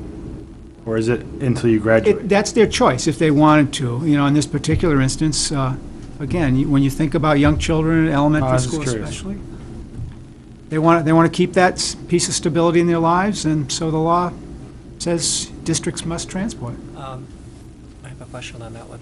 Okay. Are there many of those kids? 10, 2, I don't know how many. 100? I don't, to be honest with you, I don't know. We can find out. I want to say less than 10, but more than one I'm talking about, that's for sure. And then they are trying to find residents back here in the town where they want to live. Right. And be able to afford it. What And, job, yeah. yeah, be able to afford it. And sometimes they can't quite make that happen just yet. So it's Jim, I very wanna- difficult. Go ahead, I'm Yep, sorry. that's Are you sensitive, finished? yeah. I think so. Okay. I didn't mean to cut you off. My question was, if these people, I'm not going to single out the one that went to Rochester or anything, but in general, if they're in that situation, is it fair to assume that they're probably receiving some type of Medicaid program? And would that be reimbursable through the Medicaid portion? Only if they're receiving services through special ed that are qualified Medicaid services. They're not all special ed Not all kids. special ed, right. No, I'm not But if they- referring to that yes. too. I'm just Right, if- thinking in my mind, Medicaid is kind of broad. Right, if they're receiving special ed Medicaid eligible services, yes, we would be getting reimbursed for that, because we're providing the service. And there may be other welfare services as well that help them meet their problems, needs. I have a question about the technology. Yes. This describes that there's an increase, that basically the 19,340 is for new technology, and then in the detail in the back, there's another $16,000 for replacement. What page? Page 27. And then there's $16,000 for information service subscription and fees. And The other ones are smaller amounts. Technology's Am I reading this 2330. correctly? Trying to make sure I get this formatting correctly. So 2230, the first four digits are all in this function of, I got lost now. 2230 Is is technology. the technology function. And one is the elementary school. Right. So there's a whole bunch of line items that are technology. They Know what that is? it had a staff person, but that person's gone. Right, the 16,000, Yep. I believe, was budgeted in leases. And last year, we found out, I think there was 16 at the elementary and 26 at the high school or some, I don't remember off the top of my head, and I could probably find it on there. I'll look. But the 16 was called leases. But we found out this year that we didn't really have a lease, that was to purchase new equipment. And Yeah. it had been funded every year as a lease, but it wasn't a lease. So we kept that amount of money in there as equipment purchases for replacement equipment. I think that's what we had decided at the meeting to do. Yeah, I think the one that you're talking about there, Joan, is computer lease. 444, which was listed as a computer lease Right, which is- previously. Now it's and zeroed then, out. and then it's zeroed Zeroed out. out. Right, and there Right. might be replacement equipment that, so the 15,129 is added then to the 1139, comes Right. to the 16,268. Okay, so what's being replaced? I mean, that's a lot of money to have available. I mean, basically, it's $34,000 of new money. Because previously, it was understood that you were paying for computers you had through this lease, but that wasn't the case. And I know the It's to- district just went out and bought 100 new computers or 90 new computers. My understanding of that account for years has been that it's to provide ongoing replacement and upgrading of the equipment that we have, not just for instruction, but also for what teachers and administrators have in the school.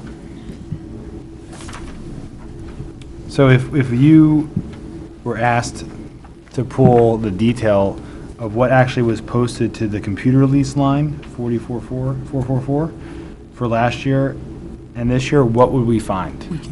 Last year was a bank payment, wasn't a lease.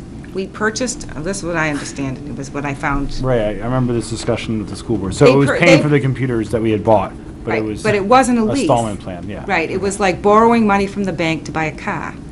So Yep. this year, that $16,000 is one of the funding sources for the equipment that they just purchased. Because we don't have any more bank payments to make. Correct. And we didn't know that, I wasn't here when you Right, built the right, budget right, last right, year. We yeah. didn't know that, so when we found that, I found that at the end of the year,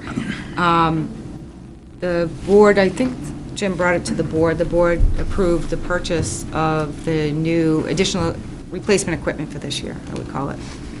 For those the computers. computers that are like, my computer was 9 years old. Right.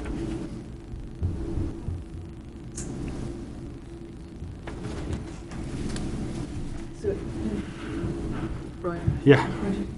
but you just said that this amount, I believe you said that this amount was to pay for the computers that you bought last year or this year? No, they were bought 3 years ago. They were purchased, well, it's almost 4 years ago now, and everyone understood it to be a computer lease, which Right. in my mind is a computer lease, Yeah. because once it's over, Yeah. you could turn the computers over. But it wasn't. It was they borrowed money to make Okay, a so large this is- purchase. So this This year. is debt service, basically. It was, Yeah. now it's no longer budgeted that way. Yeah, okay. All right. But it doesn't, I want to just clarify, it doesn't mean that the need is not gone, because Right.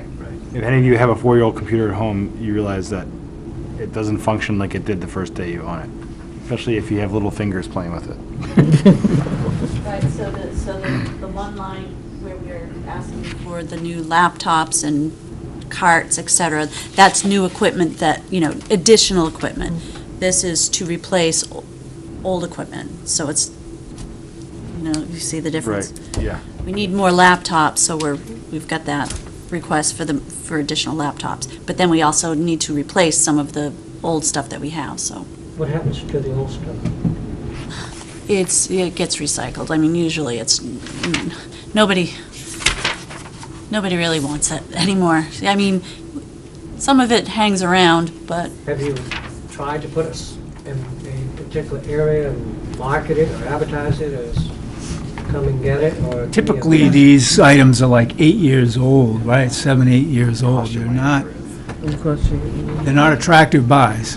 at No, I any was thinking price. more people who do repairs might come in and want to Yeah. buy it up and do repairs on other people's machines, like the guy downtown. Yeah, I'm not sure how they dispose of them, but, We haven't disposed of any yet, Yeah. I assure you. I can tell Yeah. you at where I work, we just disposed of a bunch of things, and we brought them to Best Buy, and they gave us $10 gift cards for everything that we turned in, so we could maybe try that.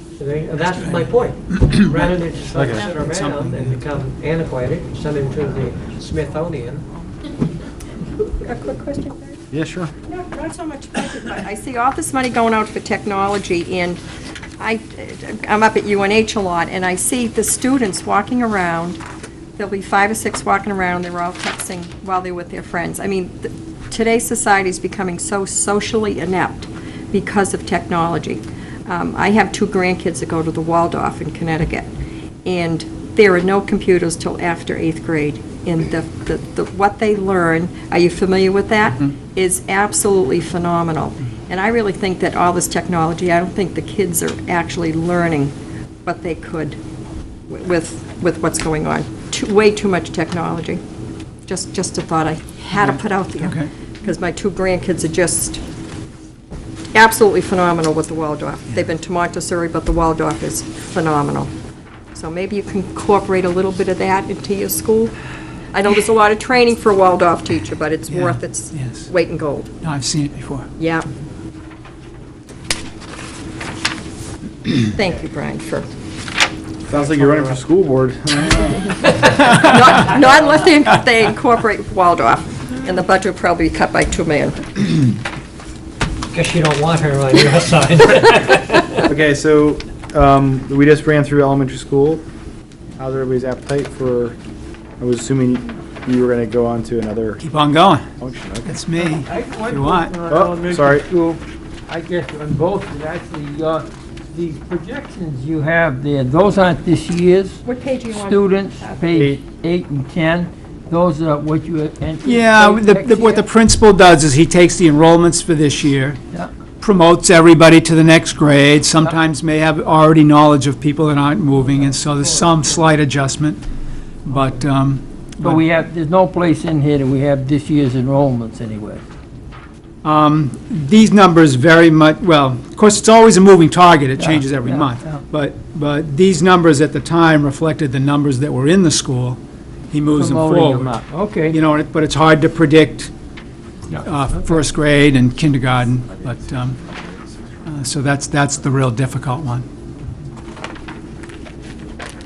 Everybody go somewhere else? Break? Another break? No, I thought you were looking at. No, I just said, the elementary school has a lot of kids. The high school does not. The middle high school Well, does. there's more grades.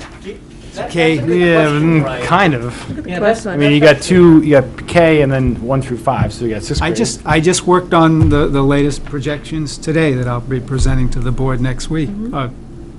Yeah, next week. Thank you. Not tomorrow, next Not week. tomorrow, God. And it continues to show slightly increasing enrollments. And the further we go out, there's obviously a bubble-ish period in the elementary years that's going to continue to stay. They're projecting through the middle and then moving on to the high school. But it does show a slightly increasing enrollment, which is unusual, to be honest with you, for this do you see, state. I hear a lot of my child at the grade 5, I think it is, might be 6, but I think it's 5, that parents are pulling their kids out and sending them to other schools because they're not being challenged here. You see that? I mean, I know at least 4 people that have done that so far. Well, it's, I don't have data. I hear anecdotally, but I think I see it more attributed to the poor condition of the facility, which feeds a perception that education there is subpar, okay, which frankly is not the case, but the facility is subpar. And so that steers people in other directions to wherever Your first attracts im- them and whatever they can afford. Yeah, your first impression is what does it. Yeah. Thank you. Judy just mentioned, I don't understand this. Grade 1 is 95 enrolled, and there's 5 sections, so there's 5 grade 1 classes, and each one has 19 students? Yes, Okay. that's right. Oh, right here. Okay. All righty. 20, and what's the average class size across the state? Isn't it more like 22, 23? No, surprisingly, these are very typical class sizes. I've looked into that because they do, kind of surprise me sometimes, but Yeah. no, they're typical. I mean, obviously, what you see there in second grade is a little atypical, but we're pretty much on target. Yeah, because I just read that article regarding Oyster River School and how it just seems that an average of 22 to 23 students per class, and they do fine, and I guess very in the 90 percentile ends up going on as seniors to college. So I'm wondering if there's any benefit at all in having such small class sizes, maybe a reduction in teachers for cost on that, and what is the, I just lost my train of thought. Sections, class size, I just had a senior Thank you, Ed. moment, sorry. One of the things that you bump into when you have a small school is that to reduce by one teacher can make a dramatic change in the enrollment in the average class size. So for example, grade 4 with 102 students, it has 5 sections of 20. If you said, no, we're going to have 4 teachers, now you're at 25 and 26 kids per grade. So it's hard to make that that jump that you're talking about. Oh, yeah, that's what I was going to mention. That was my senior moment. Thank you, Dana. They also have a paraprofessional in those classes, don't they? Do these grades have a paraprofessional? Most likely. And a Typically, teacher? they go along with IEPs, so it varies on, So the paraprofessional will only be for the IEP students? they're there to support those students, but when they're in a classroom, they may very easily not distinguish and may support other kids. And do you also have a teacher's aide as well in each No, class? that's it. That's what that is there. That's it. And then the teachers also have a curriculum coordinator on top of that? The district has a curriculum coordinator, district, but yes. nothing within the school site. Okay. No, All right. no. And the other thing that I would say about our use of paraprofessionals, especially at the elementary school, is an instructional model that breaks classrooms into smaller groups of students to zero in on their instructional needs where they really need some help. And the paraprofessionals then are that extra adult in the room that helps make that work. Kelly wanted to add something? Sure. I just wanted to say, I think, Jim, isn't it correct that the requirements for teachers' class size at elementary school are completely different than high school? Like, don't they go up? Like, you can have more kids in a high school classroom per one teacher. Yeah, I'm not than aware you of a can- state standard, but that is typical. You get up into middle school years and you'll see larger sizes. The younger groups have less kids in them because it's easier to manage them. So I think we have higher class sizes at the high school than that, do we not? I mean, it depends on the course, of course, and all that, Joe. High school, it all becomes kind of, because you have a comprehensive curriculum, you can have class sizes that look just like these, and you can have others that might be half of these. But in order to get students what they need academically, you have to tolerate that variation.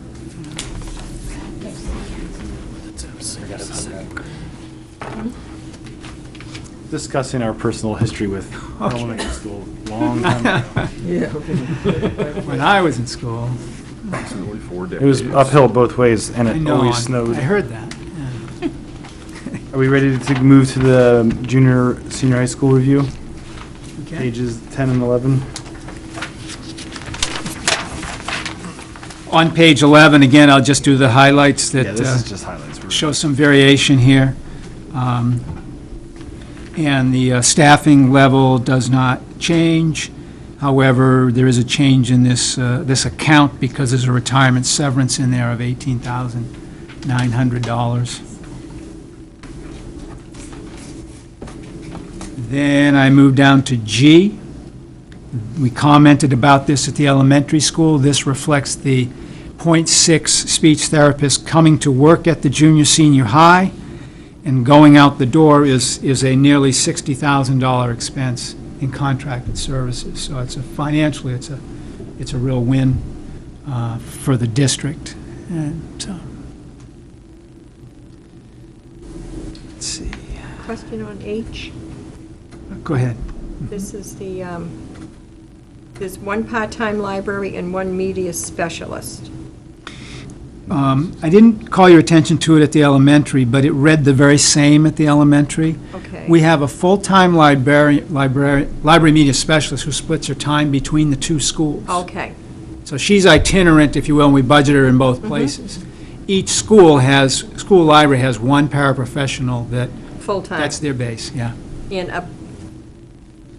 so it's one part-time library media specialist, not a part-time, okay, and a Right. media specialist. That's one right. person. There's one and a half people. Right, All yeah, right. a couple of years ago, we eliminated one librarian position Okay. in a budget cut. All right. So,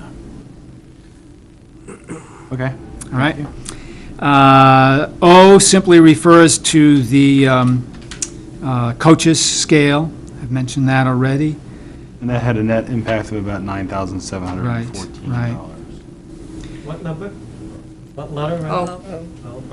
Approximately. Precisely. For comment P, the accreditation visit was held this November. It's a very expensive thing to host a visiting team between room, board, expenses, paying for printing costs, of a whole variety of secretarial expense. So but it's a once every 10-year expense typically. So we're reducing that account for next year. There still is some there because there is a dues amount, generally $1,000 to $2,000, that you pay annual dues to the NEASC. Let's see, textbook, that looks pretty nominal. R is the technology proposal, which is just under $57,000 there. Again, you've got wireless points, laptop carts, incredibly high demand for them at that school. It's very difficult where we have 2 floors that don't have an elevator, so you've got a laptop cart that's kind of relegated to 1 floor, so you need to duplicate them, put them on different floors. And you see the various needs that people are looking for there. S talks about the homework club. I've already mentioned that at the elementary school. Same thing. It was grant-funded, Cine grant, and now we have to pick it up.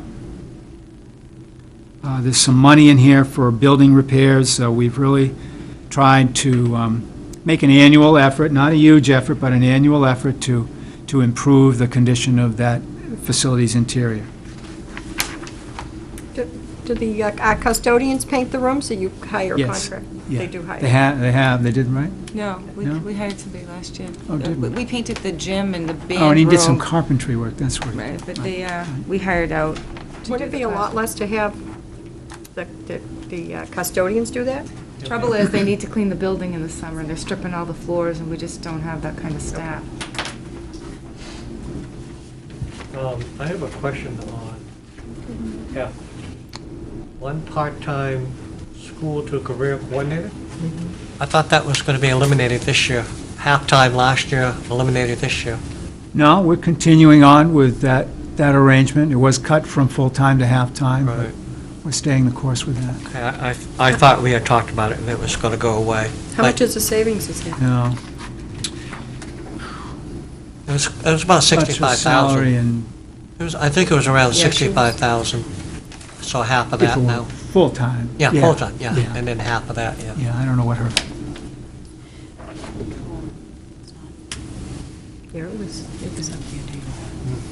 It's up there. Actually, I think it's higher than 60. last comment on this page is about homeless. Again, now you have homeless being budgeted at the junior, senior high school for students who are so affected there.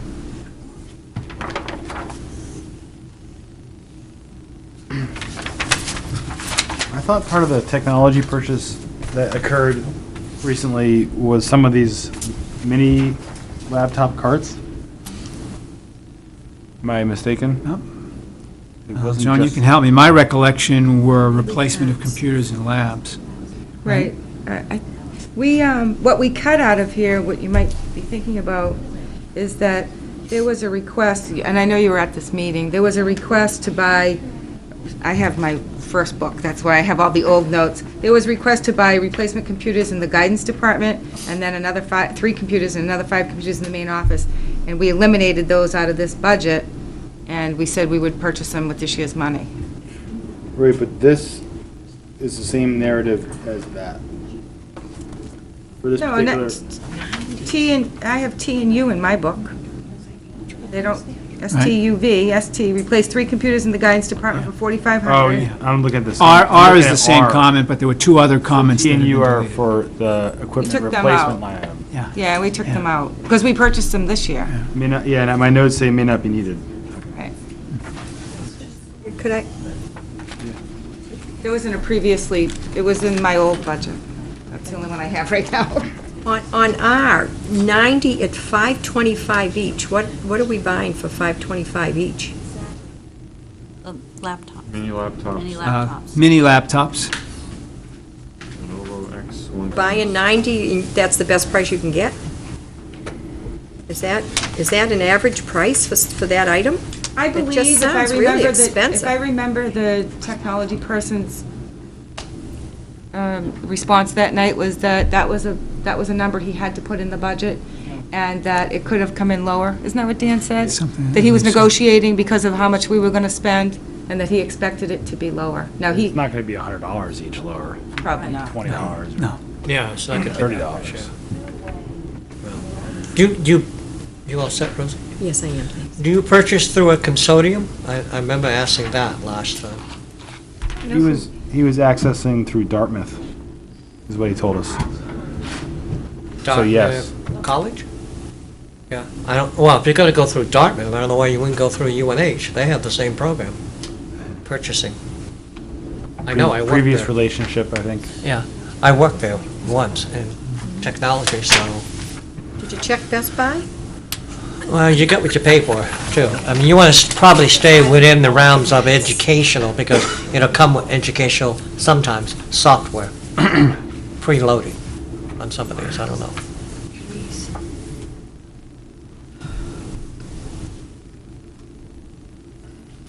And I think, my experience is that when you buy a piece of equipment that you want to last for 3 to 5 years, you don't buy the cheapest item at Best Buy or wherever. You're gonna Again, you be get killing what you pay yourself for. by having to buy it again. No, I mean, couldn't you ask for that same, I mean, if you went into Best Buy and asked for 90 of that same thing, don't you think you'd get a better deal?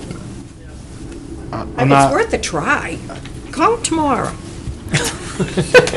Just for the heck of it. Better I'll yet, call them. We'll send Roseanne a call. I'll get a bargain for you. You may end up with the building. sure, go for it. So, of the $111,000, $56,000 is equipment. $111,000 overall increase in the department, in the junior, senior high school.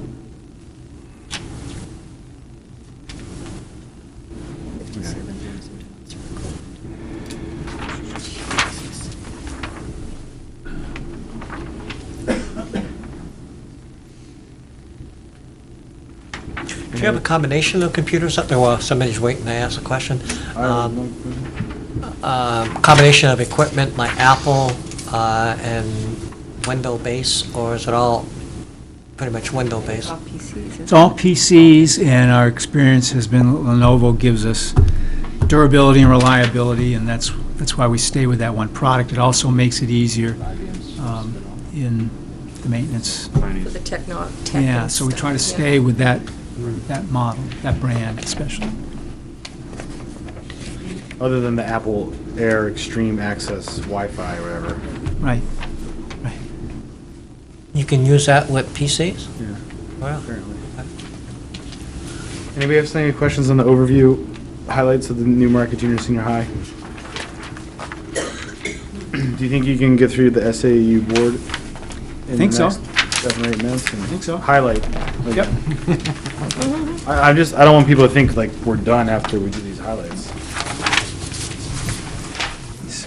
We're not done yet. What did he say? I didn't want people to think like, oh, that was the budget committee just did a cursory review, What? they're done. That's in Pat's line. You know, but where? Staff development, I believe. No, it can't be. C is the first one that I would talk about, unless you have questions on the others. Tech support. Tech support, up until last March, was a 2-person operation, tech support manager and a PC technician. Full or part-time? They were both full-time. Okay.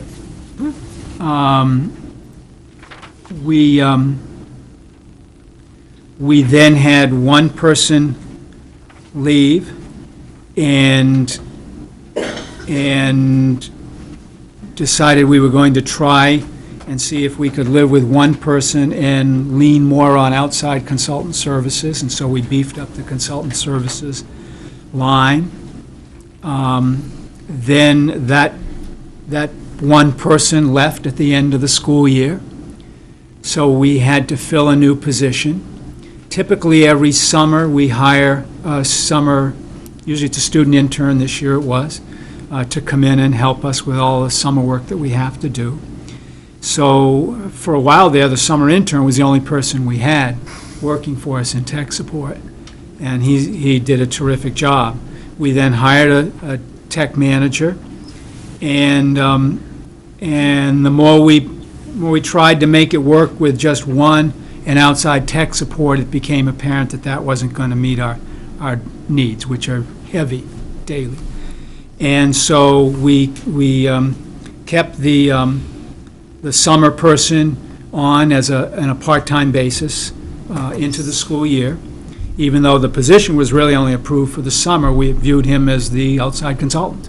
And that fellow has grown in the position, and the needs are, I can't overstate the needs. They're immense. And so the need for tech support is such that we need that second person helping the lead man. And so that's one need. So it's more than a one-man operation to provide tech support to the district. A whole other technology problem for us is managing databases. We have a variety of databases, student databases, teacher databases, databases where you have to interact with the Department of Education, and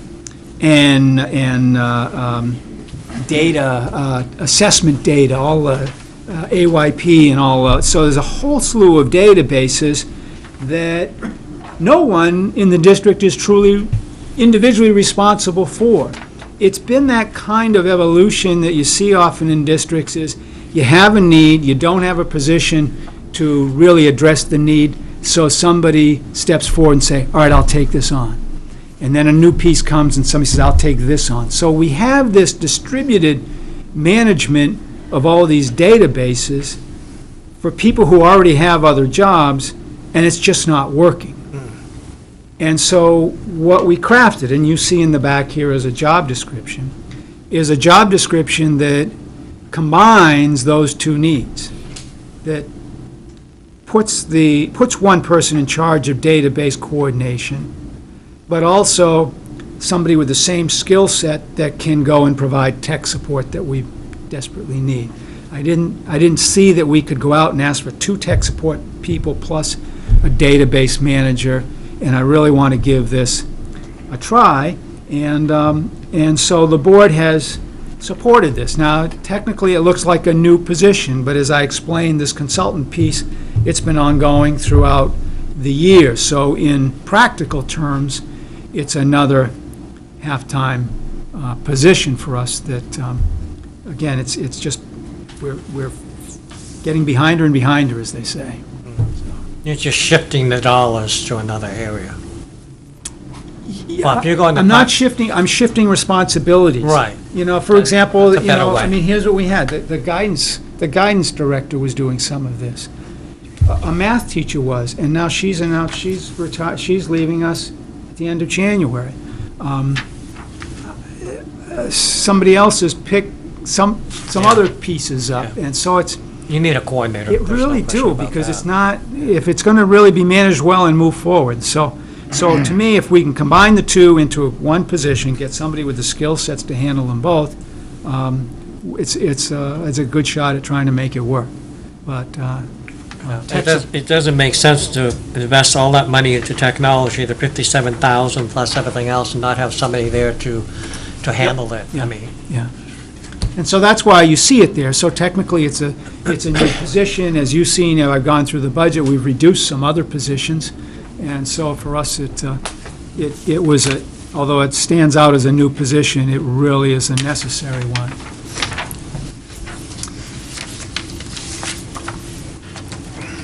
Let's see. F is the SAU portion of new technology. And you can see this is for new server and switching equipment and other kind of software and support. In the past, some of you that have been around long enough will remember the rule of 6, where you take an expense and the tech director would say, well, I'm going to distribute that amongst the 3 cost centers by a fraction of 6, either 3, 6, 2, 6, and 1, 6. Well, that's not how I'd want to operate, that it really is servers serving the district, regardless of what schools, then the money is budgeted here and there. That's why you didn't see infrastructure of that type in the elementary or the middle school. It's all appearing here. Let's see. H. In my 40 years, I cannot remember one sabbatical leave. And this is the first one, and the board did approve it.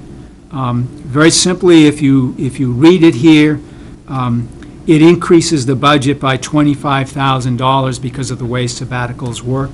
We pay the teacher at half her salary, and she retains her benefits, and then we hire somebody to replace her. This is a psychologist, not a teacher.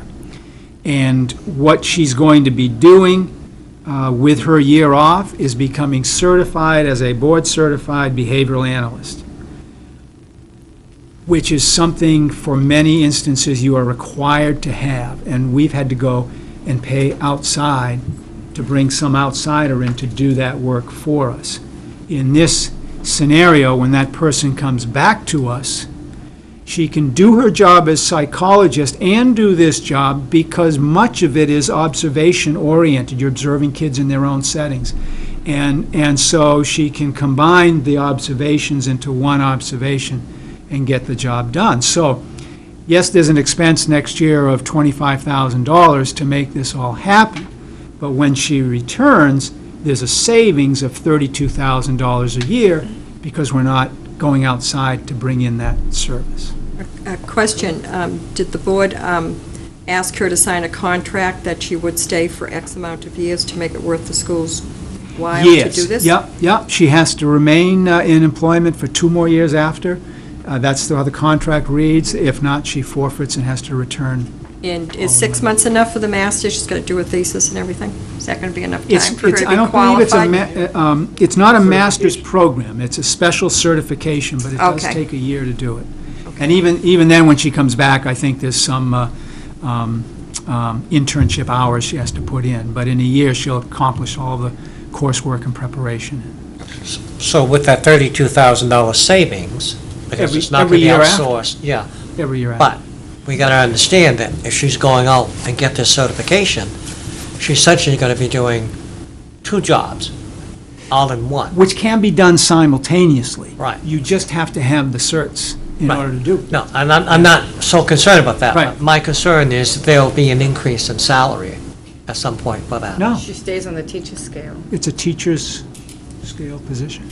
So if somebody is a teacher now and has got a bachelor's degree, wants to go on to a master's program, the district helps pay that.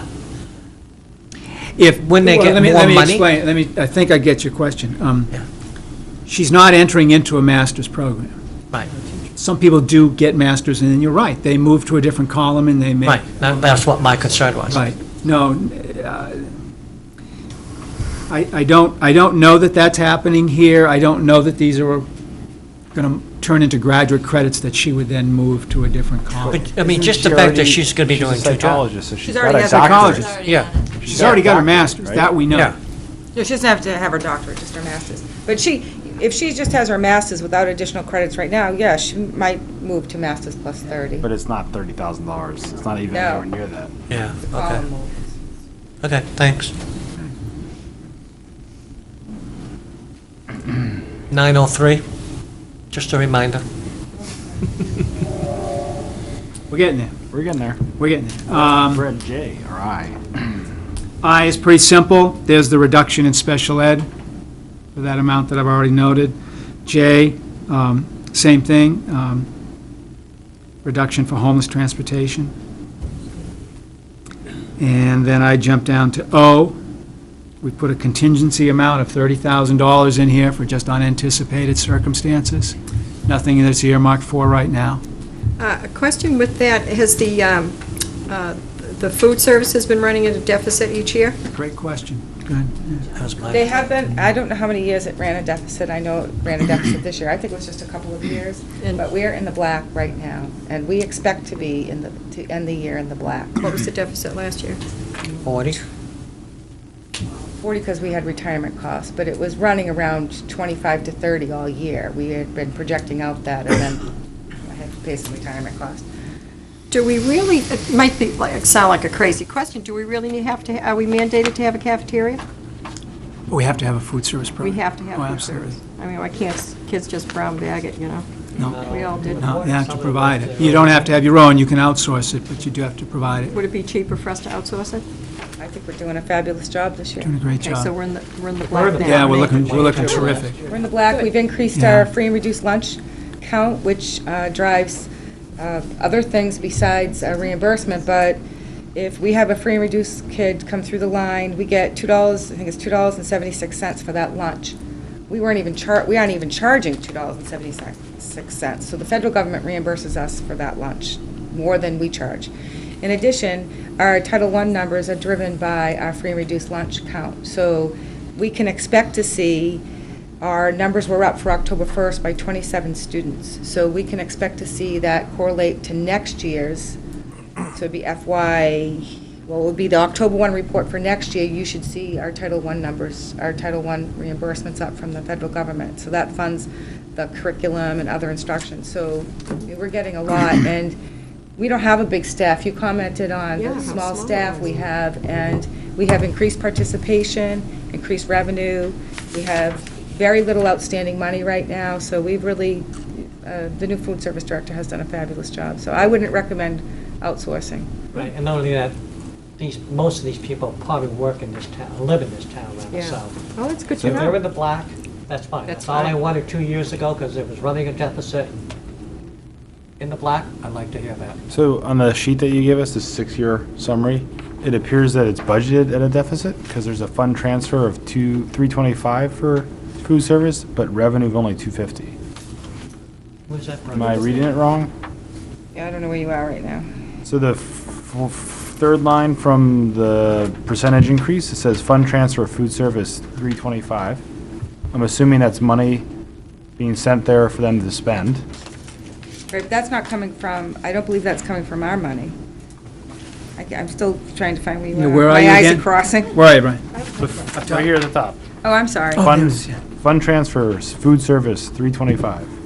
Yeah, that's fund transfer from, not from us, from food service. Okay, then what's food service sales is income of $250? But that 325 is what we get from the federal government. That's Okay. reimbursement That's the reimbursement. under Title I, And we're No, making, under food services. under food service, okay. And the food service, we're getting 250 in sales, so that's 575. But we are not running a deficit right now. It's hard to actually understand that because this isn't telling me how much it costs to run the food service Oh, program. I can give you just out of our general fund accounting software, a Okay, food service that'd be printout, if that would be Just easier. understand it, yeah. I was reading that obviously very wrong.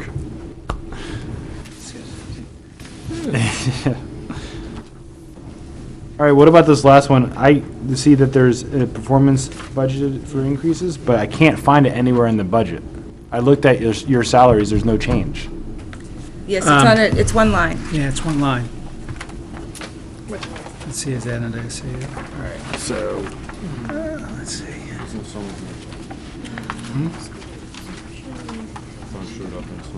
Page 22.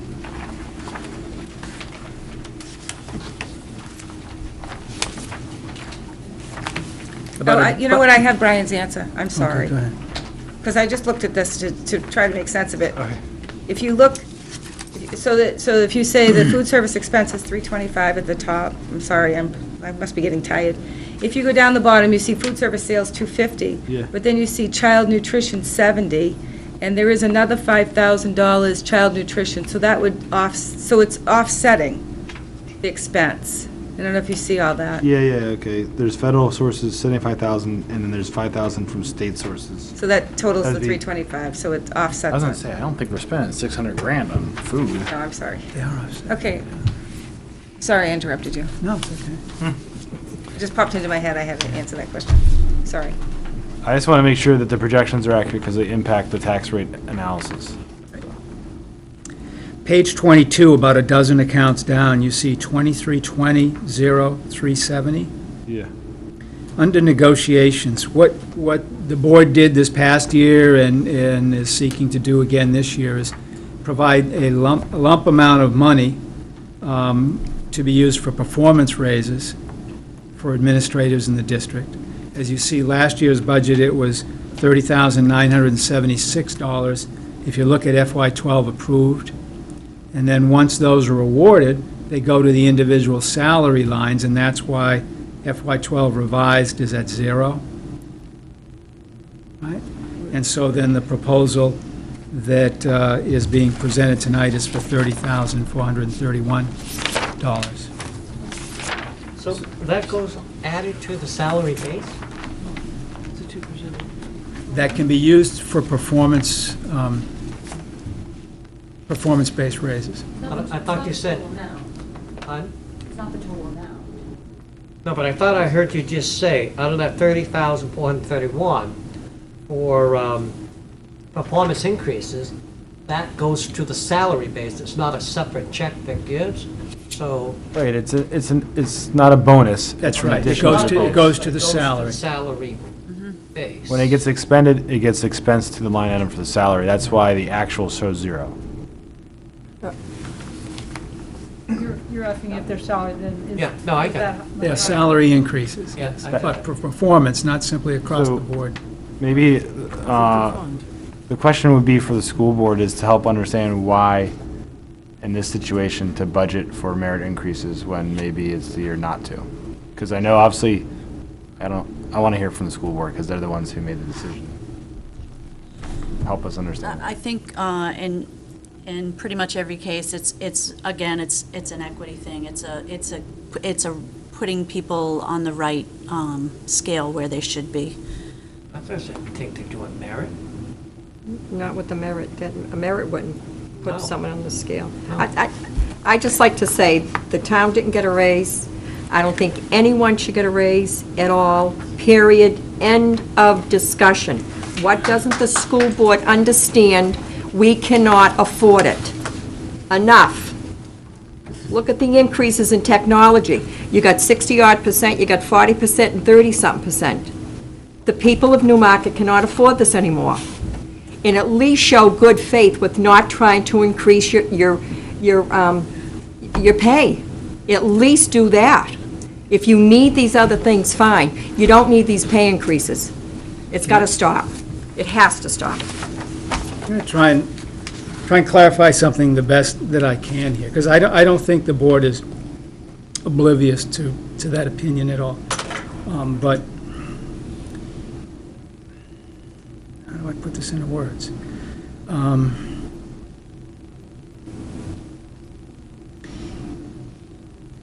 There is a matter at play here that is really tied up in negotiations that we can't comment about.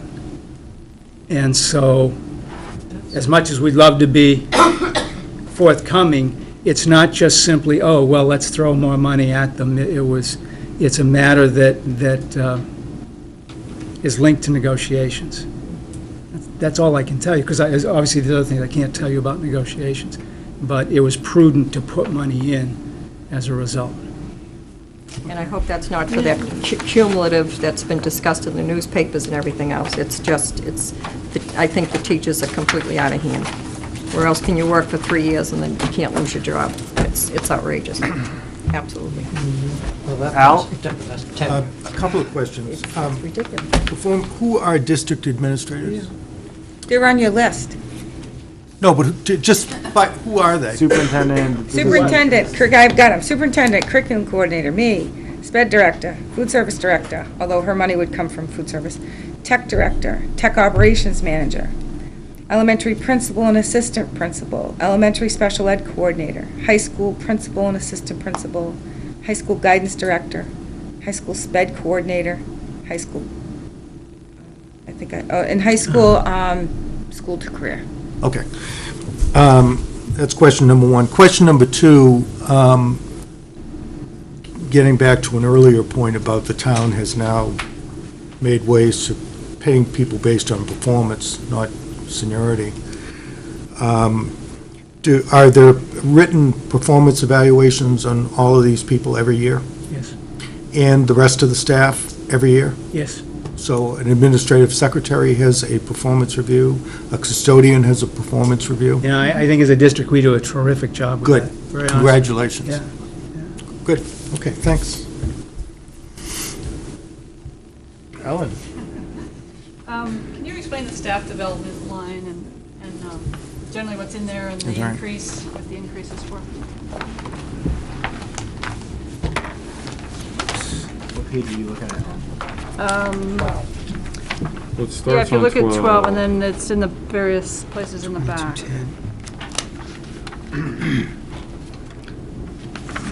What was the question? Staff development, the line item, and what goes into that?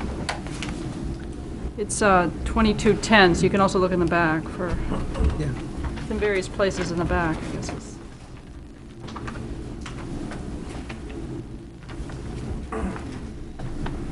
Well, first of all, the curriculum coordinator is a full-time position, so there are salary and benefits for that position.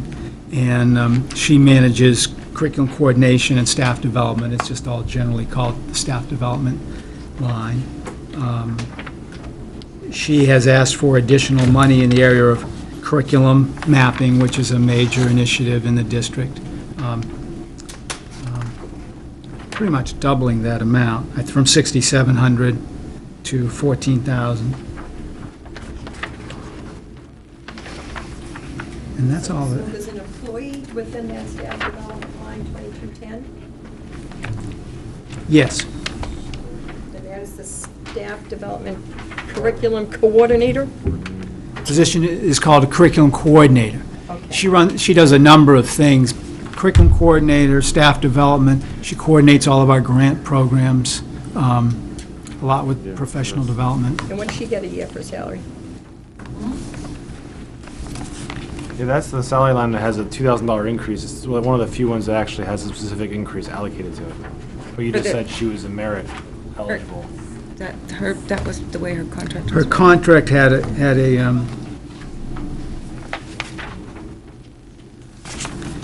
It looks like it's 69,503 for this year. which is correct. She had a contract in which there was one salary for the first half of the year, a different salary for the second half of the year. And so then that salary continues on into the next year at the higher rate. Does she sign a contract every year? She's a multi-year. She's on a multi-year contract. I'm not sure where she is She's in going to her get a bump, contract. a 2% bump every year? No, we don't build in percentages like Okay. that, no. But there was a, there was a major inequity problem with her salary, and so I crafted a contract that allowed that kind of a jump. So you're Yeah, so still going. hopefully we're getting to your answer. Go ahead. So on page 20, where it breaks down 2210, near the bottom is a travel conference, $2,000. Right. So if you go to page 31, kind of middle toward the bottom, there's more 2210s. There you go. Look at me. And there's another travel conference, 16,000. So I was confused, one, by, Oh.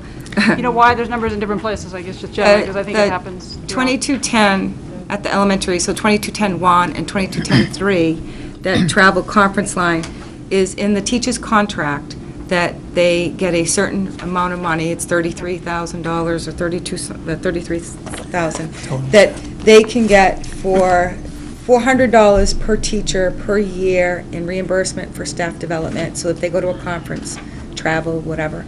And then the contract's written in such a way that in May, whatever money's left in there, if there are people that spent more than $400, that spent their own money, they get reimbursed for that.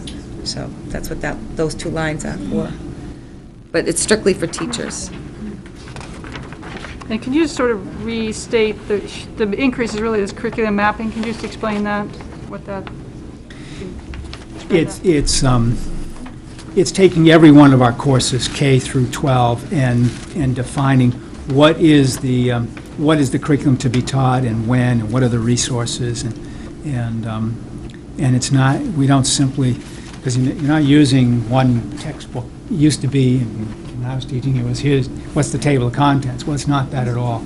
So it's really a definition of the curriculum that teachers work on and update, because every year it should be a changing document to improve what we provide kids. Thank you. I dare say you're ready. Our ultimate goal is to get to a point where every curriculum map be available on the website, that if you want to say, gee, what are they teaching 7th grade English, you can see that, and it's a living document that teachers use. I want to make a comment. It appears to me what you've done here in this budget is to cut some positions to save some money and cut some other areas, but using that money rather than as a savings and saying it's not going to be part of the cost of the budget, you've actually taken those monies and reinvested it into other areas to bring things up, such as technology and equity pay. Technology and the data manager So I position. Right. personally, as a budget member, would applaud you for that move. Yeah. Absolutely, because there was a lot of inadequate, I can't say the word, inadequacies, and you addressed them. I really tried to be prudent with what money we had. And that shows. And I also want to thank Joan, we haven't done it as a budget, on the budget side, for catching that error and help reducing the tax. And I think you earned your salary on that one. Thanks. Yes, you did. Well done. Thank you. All right, I think we'll end for the night at this point. Our next meeting is the 3rd, January 3rd. With us? That's right, not with you guys. And then we're meeting again. The night. We're doing the town budget on the 3rd. Yeah. And the 9th definitely at 7. Update it, you think? And if between I now... haven't changed the times outside of our meetings, just so everybody knows. We have changed the times from what we earlier Well, discussed. I have five questions that I want to find. So as I get the answers to them, I'll send them to you, Brian, and then you can send them out, because I think I don't have everybody's email necessarily correctly. And then if there's any other questions that you can send me beforehand so that I can have the information, I'd appreciate it. Brian, do you want her to, if you want her to CC me in case you're away or whatever? I usually am pretty. That'd be quick helpful. on- Yeah, maybe you'll make sure we have it. All right, so when are we meeting again with the school? Nine. January 9th. And 9. At 7. At 7. I'll get your list, so I'll email you.